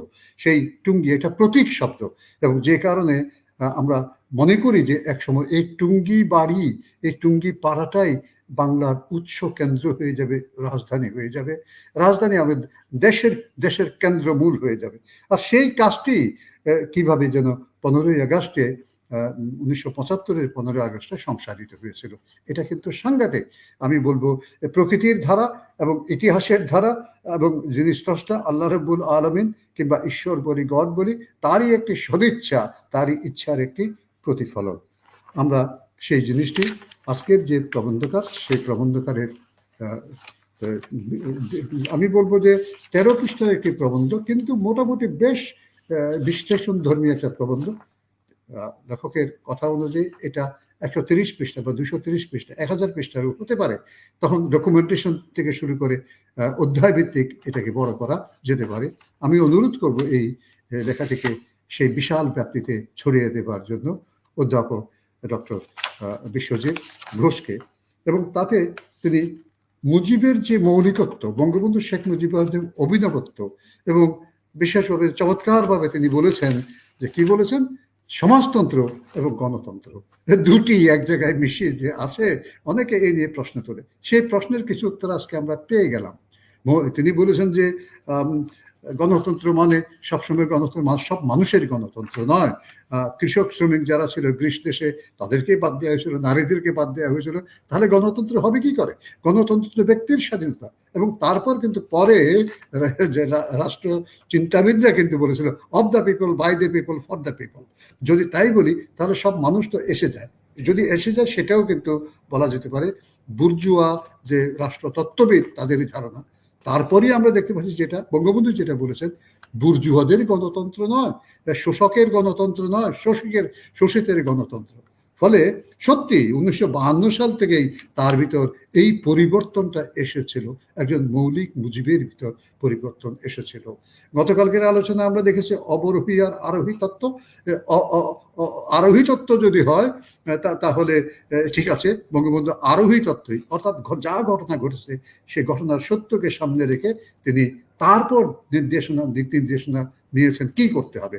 না, বুলগেরিয়ার গণতন্ত্র নয়, চীনের কাছ থেকে আমি ধারণ করব, আমি এর কাছ থেকে ধারণ করব, রাশিয়ার কাছ থেকে ধারণ করব। পৃথিবীতে যত সমাজতান্ত্রিক অর্থনৈতিক দেশ আছে সকলের পরিস্থিতি দেখব, কিন্তু কোনো পরিস্থিতি কারোর সঙ্গে মেলে না। তাহলে বাংলাদেশের সঙ্গে মিলবে কি করে? পশ্চিমবঙ্গের সঙ্গেও বাংলাদেশের পরিস্থিতি পার্থক্য থাকতে পারে। কাজী বঙ্গবন্ধু নিজের দৃষ্টিতে গিয়ে কৃষক শ্রমিকদের কথা ভেবে, তাদের গণতান্ত্রিক অধিকারের কথা ভেবে দ্বিতীয় বিপ্লবের ডাক দিয়েছিলেন, এবং তখনই তাকে সরিয়ে দেওয়া হয়। কারা সরিয়ে দিয়ে সেটা আমরা জানি, গতকালকে আলোচনা করেছিলাম। এই দিয়ে না বলে শুধু বলবো, যারা সরিয়ে দিতে চেয়েছিল তারা হচ্ছে যারা জানে না ইতিহাসের যে আমরা অমোঘ বলি, যাকে বাধা দেয়া যায় না, গতিকে আমরা ইতিহাসকে মানে মাঝখানে একটু ঠেকিয়ে রাখা যায়, একটা ছোট বাদ দেওয়া যায়। ইতিহাস বাদ মানে না, কারণ ইতিহাস হচ্ছে যে জলপ্রবাহ, ইতিহাস হচ্ছে সময় প্রবাহ। যে সময় প্রবাহ যেদিকে যেতে হবে সেদিকে, যেদিকে যাওয়াটা মানুষের জন্য মঙ্গল, জীবের জন্য সাধারণত মঙ্গল। বঙ্গবন্ধু সেই মুজিব অর্থাৎ জীবমঙ্গলের কথা চিন্তা করা হচ্ছে বাংলাদেশে বঙ্গবন্ধুর ইয়েতে। সেই জীবমঙ্গলের কথা ছিল। জীব মানে কৃষক শ্রমিক যারা মানুষ, তারাই প্রকৃত জীব, প্রকৃত বাংলাদেশের জীব। তিনি বহুবার বলেছিলেন আমার দেশের মূল শক্তি হলো কৃষক, তারপর কৃষকের ভাই শ্রমিক, তারপর আমরা যারা এখানে বসে আছি আমরা সবাই কৃষি এবং শ্রম যে জীবী মানুষ, তাদের ভেতর থেকে এসেছি, তাদেরই আমরা পূর্বপুরুষ, উত্তর পুরুষ। বঙ্গবন্ধু শেখ মুজিবুর রহমান ঠিক তেমনি ভাবে ইয়েতে টুঙ্গিপাড়ায় তার যে পিতা, তার যে মাতা, তার যে পরিবার, সবটাই কিন্তু এই কৃষিজীবী সমাজ থেকে উঠে এসেছে, লোকবাংলা থেকে উঠে এসেছে, গণবাংলা থেকে উঠে এসেছে। ফলে তার চিন্তা তো আলাদা হবেই। এবং তারপর তার দর্শন কি, আমি বারবার বলি, আমাদের বারবার সে কথাই বলতে হবে। মাত্র 1 বছরের ভিতর তিনি ইয়ে দিলেন কি করে, এই যে আমাদের যে গঠনতন্ত্র যেটা দিলেন, সংবিধান দিলেন। কারণ এই চিন্তা 52 সাল থেকেই হয়েছে, যখন তিনি বুঝতে পেরেছেন পাকিস্তান ঝুটা হয় বলে, যখন তার মনে হয়েছে যে পাকিস্তান আন্দোলনের সঙ্গে যুক্ত ছিলেন, কিন্তু ভাষা আন্দোলনের ভাষার উপর আঘাত পড়ার সঙ্গে সঙ্গে তিনি বুঝলেন না, এদের সঙ্গে আর কোনো কিছুই হবে না। তিনি অবাঙ্গারীদের কাছে, পাকিস্তানের শাসকদের কাছে, চৌধুরী বংশের কাছে কিংবা অন্য বংশের কাছে, পাঠান বংশের কাছে তিনি বিপজ্জনক ব্যক্তি হিসাবে আবির্ভূত হলেন। এই চৌধুরী বংশ বা পাঠান বংশের কথা বঙ্গবন্ধু শেখ মুজিবুর রহমান বলেছিলেন, আজকে বিশ্বজিৎ ঘোষ এটাকে আমাদেরকে আবার পুনরায় শুনিয়ে দিলেন। অসম্ভব কথা। আমি বলবো এইসব আজকের এই যে বিশ্লেষণটা হচ্ছে, এই বিশ্লেষণে আমাদের সামনে কোনো লোক নাই। কিন্তু আমাদের এই অন্তর্জালে যারা শুনছেন, সে অন্তর্জালে কারা শুনছেন, যারা এই বিষয়ে আগ্রহী তারা শুনছেন, যারা এখন শুনছেন না তারা 10 দিন পরেও এটা শুনতে পাবেন, আমাদের ওয়েবসাইটে আছে। আমরা সারা পৃথিবীর মানুষের সামনে আমাদের এই চিন্তাগুলো আমরা উত্থাপন করছি। এটা চলমান থাকছে, আমাদের চলমান থাকবে। আমরা এখান থেকে ধারণা দিতে পারবো আরো 31 দিন। সব প্রতিদিন হয়তো আমরা পারবো না, যেদিন বন্ধ থাকতে পারে, অন্য অসুবিধা থাকতে পারে, বাদ দিলেও আমরা অধিকাংশ দিনেই আমাদের এই আলোচনা, আমাদের এই কবিতার উচ্চারণ, আমাদের এই বাংলা একাডেমি কি কাজ করেছে তার একটা আপনারা মোটামুটি বইয়ের খুবই একটা ছোট কিন্তু সীমিত আপনারা প্রচারণা দেখতে পেয়েছেন। বিশেষ করে বাংলা একাডেমির যেগুলো মূল্যবান প্রকাশনা, আবার তার ভিতরে আমরা সবচেয়ে মূল্যবান প্রকাশনার কথা বলেছি বঙ্গবন্ধু শেখ মুজিবুর রহমানের মৌলিক চিন্তা আশ্রিত যে গ্রন্থগুলো, যে 4টি গ্রন্থ, যেটি বাঙালিদের জন্য এবং বাংলার বাইরে যারা আছে তাদের জন্য ইংরেজিতে অনুবাদ করে দেওয়া হয়েছে। এই কথাগুলো বলছি। আমি বিশেষভাবে আগেই বলেছি যে বিশ্বজিৎ ঘোষ, প্রফেসর বিশ্বজিৎ ঘোষ আমার অত্যন্ত কাছের বন্ধু। তিনি তার অনেকগুলো কোট করার মতো শব্দ আছে, আমরা বিপন্ন বিস্ময়ের কথা জানি। তিনি বলছেন বাংলাদেশের অগ্রগতি এখন পৃথিবীর বিস্ময়। অবশ্যই সারা পৃথিবীর বিস্ময়, বঙ্গবন্ধু শেখ মুজিবুর রহমান সারা পৃথিবীর বিস্ময়। কারণ তিনি একেবারে মাটি থেকে, জল থেকে, হাওয়া থেকে, 4/4 যে মৌলিক পদার্থ থেকে আসা একটা চেতনা, যেই চেতনা অবশ্যই মৌলিক চেতনা এবং মৌলিকভাবে মানুষের জন্য তিনি কাজ করেছেন। তার সঙ্গে শুধু একটাই যুক্ত করতে চাই, সেটি হচ্ছে আমাদের দেশকে, আমাদের সমাজকে যদি সত্যিকার অর্থে সাম্যবাদী কল্যাণমূলক সমাজে পরিণত করতে হয়, আরেকটা জিনিস যুক্ত করতে হবে, যেটা এই কোভিডের সময় এসে আমরা বুঝে ফেলেছি, সেটা হচ্ছে সদাচার। আমাদের প্রত্যেককে সদাচারী হতে হবে, দূরত্ব বজায় রাখতে হবে, দূরত্ব বজায় রেখেই আমাদের নৈকট্যকে আহরণ করতে হবে, যার প্রণোদনা দিচ্ছেন আমাদের মাননীয় প্রধানমন্ত্রী শেখ হাসিনা। তিনি তার পিতার মতো তার ভাবনাকে, তার পরিকল্পনাকে, তার সংগঠনকে সারা বাংলাদেশে ছড়িয়ে দিচ্ছেন, সারা পৃথিবীতে ছড়িয়ে দিচ্ছেন। অবাক হওয়ার কোনো কারণ থাকবে না যদি এই কোভিড কালে সারা পৃথিবীর নেতৃত্বের যদি করা হয়, বিশ্লেষণ করা হয়, তাহলে বাংলাদেশে আমাদের মাননীয় প্রধানমন্ত্রী যে কাজটি করেছেন, যে চিন্তা চেতনা প্রণোদনা দিয়েছেন, সেটি অবশ্যই বঙ্গবন্ধুর মতোই একটি শীর্ষস্থানীয় চিন্তা, এবং সেখানে তিনি শীর্ষে থাকবেন বলে আমরা মনে করি। তো বঙ্গবন্ধু বিশ্ববন্ধু হয়ে গেছেন আপনারা জানেন, এবং বিশ্ববন্ধু আমরা যতটা বলছি তার থেকে ইউনেস্কো বলে দিয়েছে। কারণ যে মঙ্গল আকাঙ্ক্ষার মাধ্যমে বাঙালি জাতির উদ্ভব হয়েছে এবং সেই বাঙালি জাতি রাষ্ট্র তৈরি হয়েছে, তার ভিতরে 4টি বিষয় ছিল, মূলনীতি ছিল, এবং এই 4টি মূলনীতি যদি প্রতিটি রাষ্ট্রের উপর প্রযুক্ত করা হয়, পৃথিবীতে যত রাষ্ট্র জাতি রাষ্ট্র হবে সবগুলি কল্যাণকর রাষ্ট্র হবে, এবং তাদের মিলনে সারা পৃথিবীতে যদি আমরা বিশ্ব রাষ্ট্র করি, সেই বিশ্ব রাষ্ট্র মানে আন্তর্জাতিক রাষ্ট্র, সেই আন্তর্জাতিক বিশ্ব রাষ্ট্রটাও কিন্তু মঙ্গল রাষ্ট্রে পরিণত হবে। তাহলে তার প্রণোদনা কে দিয়েছে? তার প্রণোদনা দিয়েছে মাত্র 55 বছর যে জীবিত মানুষ হিসেবে বাস করা আমাদের সময়ে চিরজীবিত সেই মানুষ, যার নাম, যাকে আমরা বলি মৌলিক মুজিব, যাকে আমরা বলি চিরকালের একজন শ্রেষ্ঠ মানবতাবাদী, শান্তিবাদী এবং কল্যাণবাদী মানুষ। আমি তার প্রতি শ্রদ্ধা নিবেদন করছি, এবং শ্রদ্ধা নিবেদন করে আমি যে কাজটি শুরুতে করি সেটা শেষ দিকে করে আপনাদের কাছ থেকে বিদায় নেব। এই অনুষ্ঠান আমি সমাপ্ত ঘোষণা করব। সেটা হচ্ছে 1971 সালে 4ই আগস্ট আজকের দিনে কি ঘটেছিল আমরা দেখতে হবে। কেন তারপরে 1975 সালে কি ঘটেছিল, তারপর আজকে কি ঘটছে। আজকে অনেকগুলো ঘটনার ভিতরে আমরা এখানে বসে বাংলা একাডেমি থেকে আপনাদের সবাইকে নিয়ে আলোচনা করছি। যতটা সম্ভব বাংলাদেশ বাইরে সবাইকে আমরা এই আমাদের আলোচনার সঙ্গে যুক্ত করে নিচ্ছি।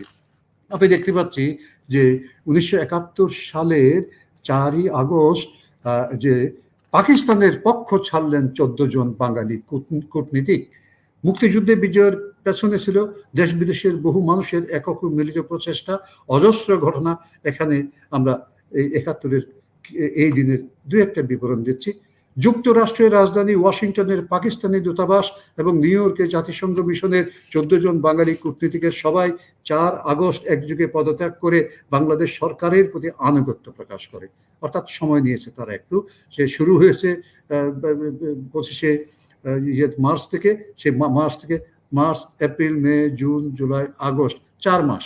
এই 4 মাসের ভিতরে আমরা দেখতে পাচ্ছি ওয়াশিংটন থেকে কূটনীতিবিদরা, বাঙালি কূটনীতিবিদরা যারা পাকিস্তানে তারা চাকরি করতো, পাকিস্তানের সরকারে তারা ত্যাগ করলো এবং তারা আশ্রয় দিয়ে তারা পৃথিবীতে এই বাংলাদেশ যে রাষ্ট্র সূচিত হচ্ছে তার সঙ্গে যুক্ত হয়ে গেল। ঠিক একইভাবে আমরা দেখতে পাচ্ছি নিউ ইয়র্কে যে জিনিস হলো, তার অন্যদিকে পাকিস্তানের পক্ষে নিক্সনের উকালতি, সেই নিক্সন, সেই আমেরিকা, সেই যুক্তরাষ্ট্র, সেই কিসিঞ্জার যারা বাংলাদেশকে বারবার পেছন থেকে ছুরিকাঘাত করার চেষ্টা করেছিল, তারা কিন্তু পাকিস্তানের পক্ষে কিছু উকালতি করেছিল, করুন। তারপর ইয়াহিয়া সাহেব টেলিভিশন সাক্ষাৎ দিলেন, কি বললেন তিনি? এই হলো তার প্রথম একেবারে শেষ আঘাত করার চেষ্টা করলেন, যখন মুক্তিযোদ্ধারা এগিয়ে চলছে, মুক্তিযোদ্ধাদের মার খেয়ে পাকিস্তান যখন বাংলা ছাড়ার দশা হয়ে গেছে, তিনি বললেন বিলুপ্ত সংগঠন আওয়ামী লীগের নেতা শেখ মুজিবুর রহমানকে বিচারের মুখোমুখি করা হবে। এই প্রথম তিনি বলেন বিশ্বাসঘাতকতামূলক কাজের দায়ে শেখ মুজিবকে গ্রেপ্তার করা হয়েছে বিদেশি সংবাদ মাধ্যমের প্রতিনিধিদের উপস্থিতিতে। 30 জুলাই ধারণ করা সাক্ষাৎকারে এই দিন প্রচারিত হয়। অর্থাৎ ষড়যন্ত্র একেবারে পাকা করা হচ্ছে, সেটা আমরা দেখতে পেলাম। তারপর এই যে হুমকি, এই হুমকিতে সারা পৃথিবীতে একটা উত্তেজনা ছড়িয়ে পড়লো। তাহলে কি বাঙালিদের নেতা, বাঙালিদের স্বাধীন সার্বভৌমত্বের জন্য যিনি লড়াই করছেন সেই বঙ্গবন্ধু শেখ মুজিবুর রহমানকে হত্যা করা হবে? স্বাভাবিকভাবেই ভারতবর্ষ, যারা আমাদের সবচেয়ে বড় শরিক আমাদের মুক্তিযুদ্ধের, সেখানে পাকিস্তান জাতীয় পরিষদের অধিবেশন যখন বসবে, শেখ মুজিবুর রহমান তখন জীবিত নাও থাকতে পারেন। সংবাদপত্রে প্রকাশিত ইয়াহিয়া খানের এমন উক্তিতে ভারতের সংসদের নিম্নকক্ষ লোকসভায় সদস্যদের মধ্যে চরম উত্তেজনা দেখা দেয়। ক্ষুব্ধ সদস্যরা পাকিস্তানের প্রেসিডেন্টের এই মন্তব্যে উদ্বেগ প্রকাশ করে প্রতিরক্ষা মন্ত্রী জগজীবন রামকে বিবৃতি দিতে চাপ সৃষ্টি করেন। এই নিয়ে 20 মিনিট বিতর্কের পর জগজীবন রাম বলেন, শেখ মুজিব সম্পর্কে পাকিস্তানি জঙ্গি শাহীর উক্তিতে এই সবার সঙ্গে সরকারও বিশেষ উদ্বিগ্ন। তার যাতে কোনো ক্ষতি না হয় সেদিকে লক্ষ্য রাখতে পাকিস্তানের উপর চাপ সৃষ্টির জন্য তারা বিভিন্ন দেশের সরকারের কাছে আবেদন জানিয়েছেন এবং জানাবেন। আমরা ফলে অন্যদিকে ইসলামিক সেক্রেটারির মহাসচিব টুঙ্কু আব্দুর রহমান দিল্লিতে ভারতের প্রধানমন্ত্রী ইন্দিরা গান্ধীর সঙ্গে বাংলাদেশের শরণার্থীর বিষয়ে আলোচনা করেন। আলোচনার পর সাংবাদিকদের তিনি বলেন, ভারত থেকে শরণার্থীদের প্রত্যাবর্তনের পক্ষে বাংলাদেশের অবস্থা এই মুহূর্তে নিরাপদ ও অনুকূল নয়। অর্থাৎ বাংলাদেশে শরণার্থীকে ফিরিয়ে দাও, তারপর মুক্তিযুদ্ধ শেষ করে দাও, এই জন্য একটা কথা হয়েছিল, সমঝোতা করার চিন্তা করেছিল ঘাতক চক্র, কিন্তু তার বিরুদ্ধাচারণ করতে ইসলামী সেক্রেটারির মহাসচিব টুঙ্কু আব্দুর রহমান। এটাও কিন্তু আমাদের জন্য সাংঘাতিক একটা বড় ইতিবাচক কথা মুক্তিযুদ্ধের জন্য। পশ্চিম জার্মানির প্রতিনিধি এবং দেশটির parliamentary vice president doctor Hermann সিনটপকেন হাউজেন কলকাতার সাংবাদিকদের বলেন, পূর্ব বাংলার ঘটনাবলিতে যে পরিস্থিতি সৃষ্টি হয়েছে তাতে জাতিসংঘ বৃহৎ শক্তিগুলোর হস্তক্ষেপ করা উচিত। বোম্বাই হয়ে তিনি এই কলকাতা আসেন। তিনি বনগাঁ সীমান্ত অঞ্চলে শরণার্থী শিবির পরিদর্শন করেন। অর্থাৎ সারা বোঝা যাচ্ছে ভেতরে তারা মার খাচ্ছে পাকিস্তানিরা, আর বাইরে থেকে সারা পৃথিবী তাদের উপর চাপ প্রয়োগ করছে। ফলে বাংলাদেশ স্বাধীনতার দিকে একেবারে মধ্যপথে এগিয়ে এসেছে এই ঘটনা। আর 75 সালে যে 75 সালে কোথায় গেল? হ্যাঁ, আর 75 সালের 15-14 আগস্ট পর্যন্ত বাংলাদেশ কিভাবে চলেছিল সেটা আমরা দেখতে পাচ্ছি। যে রাষ্ট্রপতি বঙ্গবন্ধু শেখ মুজিবুর রহমানের প্রতিদিনের যে কর্মতৎপরতা, সেখানে আমরা দেখতে পাচ্ছি 10টায় মেজর জেনারেল মাজেদুল হক, 5:30 জনাব মোয়াজ্জেম আহমদ চৌধুরী, 6টায় জনাব রহমত আলী, 6:10 জনাব মোহাম্মদ শামসুল হক এমপি মস্কোতে নিযুক্তপ্রাপ্ত বাংলাদেশের রাষ্ট্রদূত, জেলা গভর্নরদের উদ্দেশ্যে বাণিজ্য বৈদেশিক মন্ত্রী তখন বললেন চীনের সঙ্গে বাণিজ্য সম্পর্ক জোরদার হবে। অর্থাৎ আমরা দেখতে পাচ্ছি যে শাসন কার্য যথাসম্ভব স্বাভাবিকভাবে চলেছে, এই জিনিসটা আমরা দেখতে পাচ্ছি। আর অন্যদিকে পত্রপত্রিকা থেকে পাওয়া যাচ্ছে যে সেই দিন দৈনিক ইত্তেফাকে প্রকাশিত হয়েছিল যে সংবাদটি, সেটি হচ্ছে জেলা বাকশাল সম্পাদক ও যুগ্ম সম্পাদকের নাম ঘোষণা। বাংলাদেশ কৃষক শ্রমিক আওয়ামী লীগের সেক্রেটারি জেনারেল প্রধানমন্ত্রী জনাব এম মনসুর আলী, রাষ্ট্রপতি বঙ্গবন্ধু শেখ মুজিবুর রহমানের অনুমোদন ক্রমে গতকাল জাতীয় দলের বিভিন্ন জেলা কমিটির সাধারণ সম্পাদক ও যুগ্ম সম্পাদক নিযুক্তির কথা ঘোষণা হয়েছে। অর্থাৎ যে বাকশালের কথা বলছি আমরা, যে বাকশাল হলো পরিপূর্ণ শোষিতের গণতন্ত্রের একটি প্ল্যাটফর্ম, সেই প্ল্যাটফর্ম তখন বিস্তৃত হচ্ছে, জেলা সম্পাদক দের নাম ঘোষণা করা হচ্ছে। তারপর দৈনিক বাংলাতে একই কথা, জাতীয় দলের জেলা সম্পাদকের নাম ঘোষণা। বাংলাদেশ অবজারভারে কথা বলা হচ্ছে বাকশাল সেক্রেটারির নেম, বাংলাদেশ টাইমস একই কথা। আমি এটা বলছি এই জন্য যে ৭১ সালে ঠিক এই দিনে বাংলাদেশ স্বাধীনতার দ্বার প্রান্তে চলে যাচ্ছে, আর ৭৫ সালের এই দিনে বাংলাদেশ তার সোনার বাংলা রচনা করার জন্য যে প্রয়োজনীয় সংগঠন প্ল্যাটফর্ম বঙ্গবন্ধুর যে চিন্তা তা বাস্তবায়নের দিকে এগিয়ে যাচ্ছে। ঠিক এমনি সময়ে ৭৫-এর এই ঘটনা ঘটিয়ে দেওয়া হলো, এবং তার নেপথ্যে আমরা জানি যে কারা ছিল। তার নেপথ্যে শুধুমাত্র এরা শুধু আদেশ বাহক ছিল, এরা ছিল শুধুমাত্র কি বলবো, যারা নায়ক বলবো না, তারা এই ঘাতক চক্র ছিল, স্বদেশী বিদেশি আন্তর্জাতিক সেই চক্র, যারা বাংলাদেশের স্বাধীনতার পক্ষে ছিল না, যারা বুর্জুয়া গণতন্ত্র বুর্জুয়াদের পক্ষে ছিল, গণমানুষের পক্ষে ছিল না, বাঙালি কৃষক শ্রমিকদের যারা পক্ষে ছিল না, গণমানুষের যারা পক্ষে ছিল না, তারাই, তাদের কারণে এই কাজটি হয়েছে। এবং সেটা অবশেষে আমরা দেখতে পাচ্ছি আমাদের সাপ মুক্তি হয়েছে। সেই সাপ মুক্তি হওয়ার ফলে আমরা এগিয়ে যাচ্ছি আমাদের লক্ষ্যপথে। আসুন আমাদের সমবেত অংশগ্রহণের মাধ্যমে আমাদের গণমানুষের, কৃষক শ্রমিকদের, যে সাধারণ মানুষের এই করোনা কালেও তাদের যে দুর্দশা সংকট, সেই সংকটকে মোকাবেলা করে আমরা বঙ্গবন্ধুর আকাঙ্ক্ষিত সোনার বাংলার দিকে এগিয়ে যাই। সেই এগিয়ে যাওয়ার সংগ্রামে আপনারা সবাই উপস্থিত, সংযুক্ত। এই জন্য আপনাদেরকে আবার শ্রদ্ধা জানিয়ে আমরা আজকের এই আলোচনা এবং আজকের এই অনুষ্ঠান আপাতত এখানেই সমাপ্ত করছি। ধন্যবাদ মহাপরিচালক কবি মোহাম্মদ নুরুল হুদা মহোদয়। বাংলা একাডেমির সাথে সংযুক্ত থেকে আপনি প্রতিদিনকার মতো যে নৃত্য আলোচনা করছেন এবং চিত প্রকাশ্যে অন্যরম এবং আজকের নতুন দীপান্বিত দিনপঞ্জ উপস্থাপনে চলতে চলতে পথ শেষ হয়ে যায়, বলতে বলতে গল্পেরও শেষ হয়। কিন্তু আজকে এই সুন্দর কথামালা আছে, থাকে থাকুক আমাদের অন্তরে নিরন্তর জাগরণ। টুঙ্গিপাড়া কেমন ছিল, কেমন ছিল টুঙ্গিপাড়া, অবাক হবেন জেনে। অখ্যাত এই টুঙ্গিপাড়া আজকে সবাই চেনে। কেমন করে এমন হলো, কি ছিল তার রূপ, বঙ্গবন্ধুর জন্ম বলে বিখ্যাত আছে। আমরা সবাই ভালো থাকি, অন্যকে ভালো রাখি, সুস্থ থাকি, সুন্দর থাকি, নিরাপদ থাকি এবং সরকার ঘোষিত স্বাস্থ্যবিধি মেনে চলি। সবাইকে ধন্যবাদ এবং সভাপতি মহোদয়ের অনুমতি ক্রমে এখানে সমাপ্ত।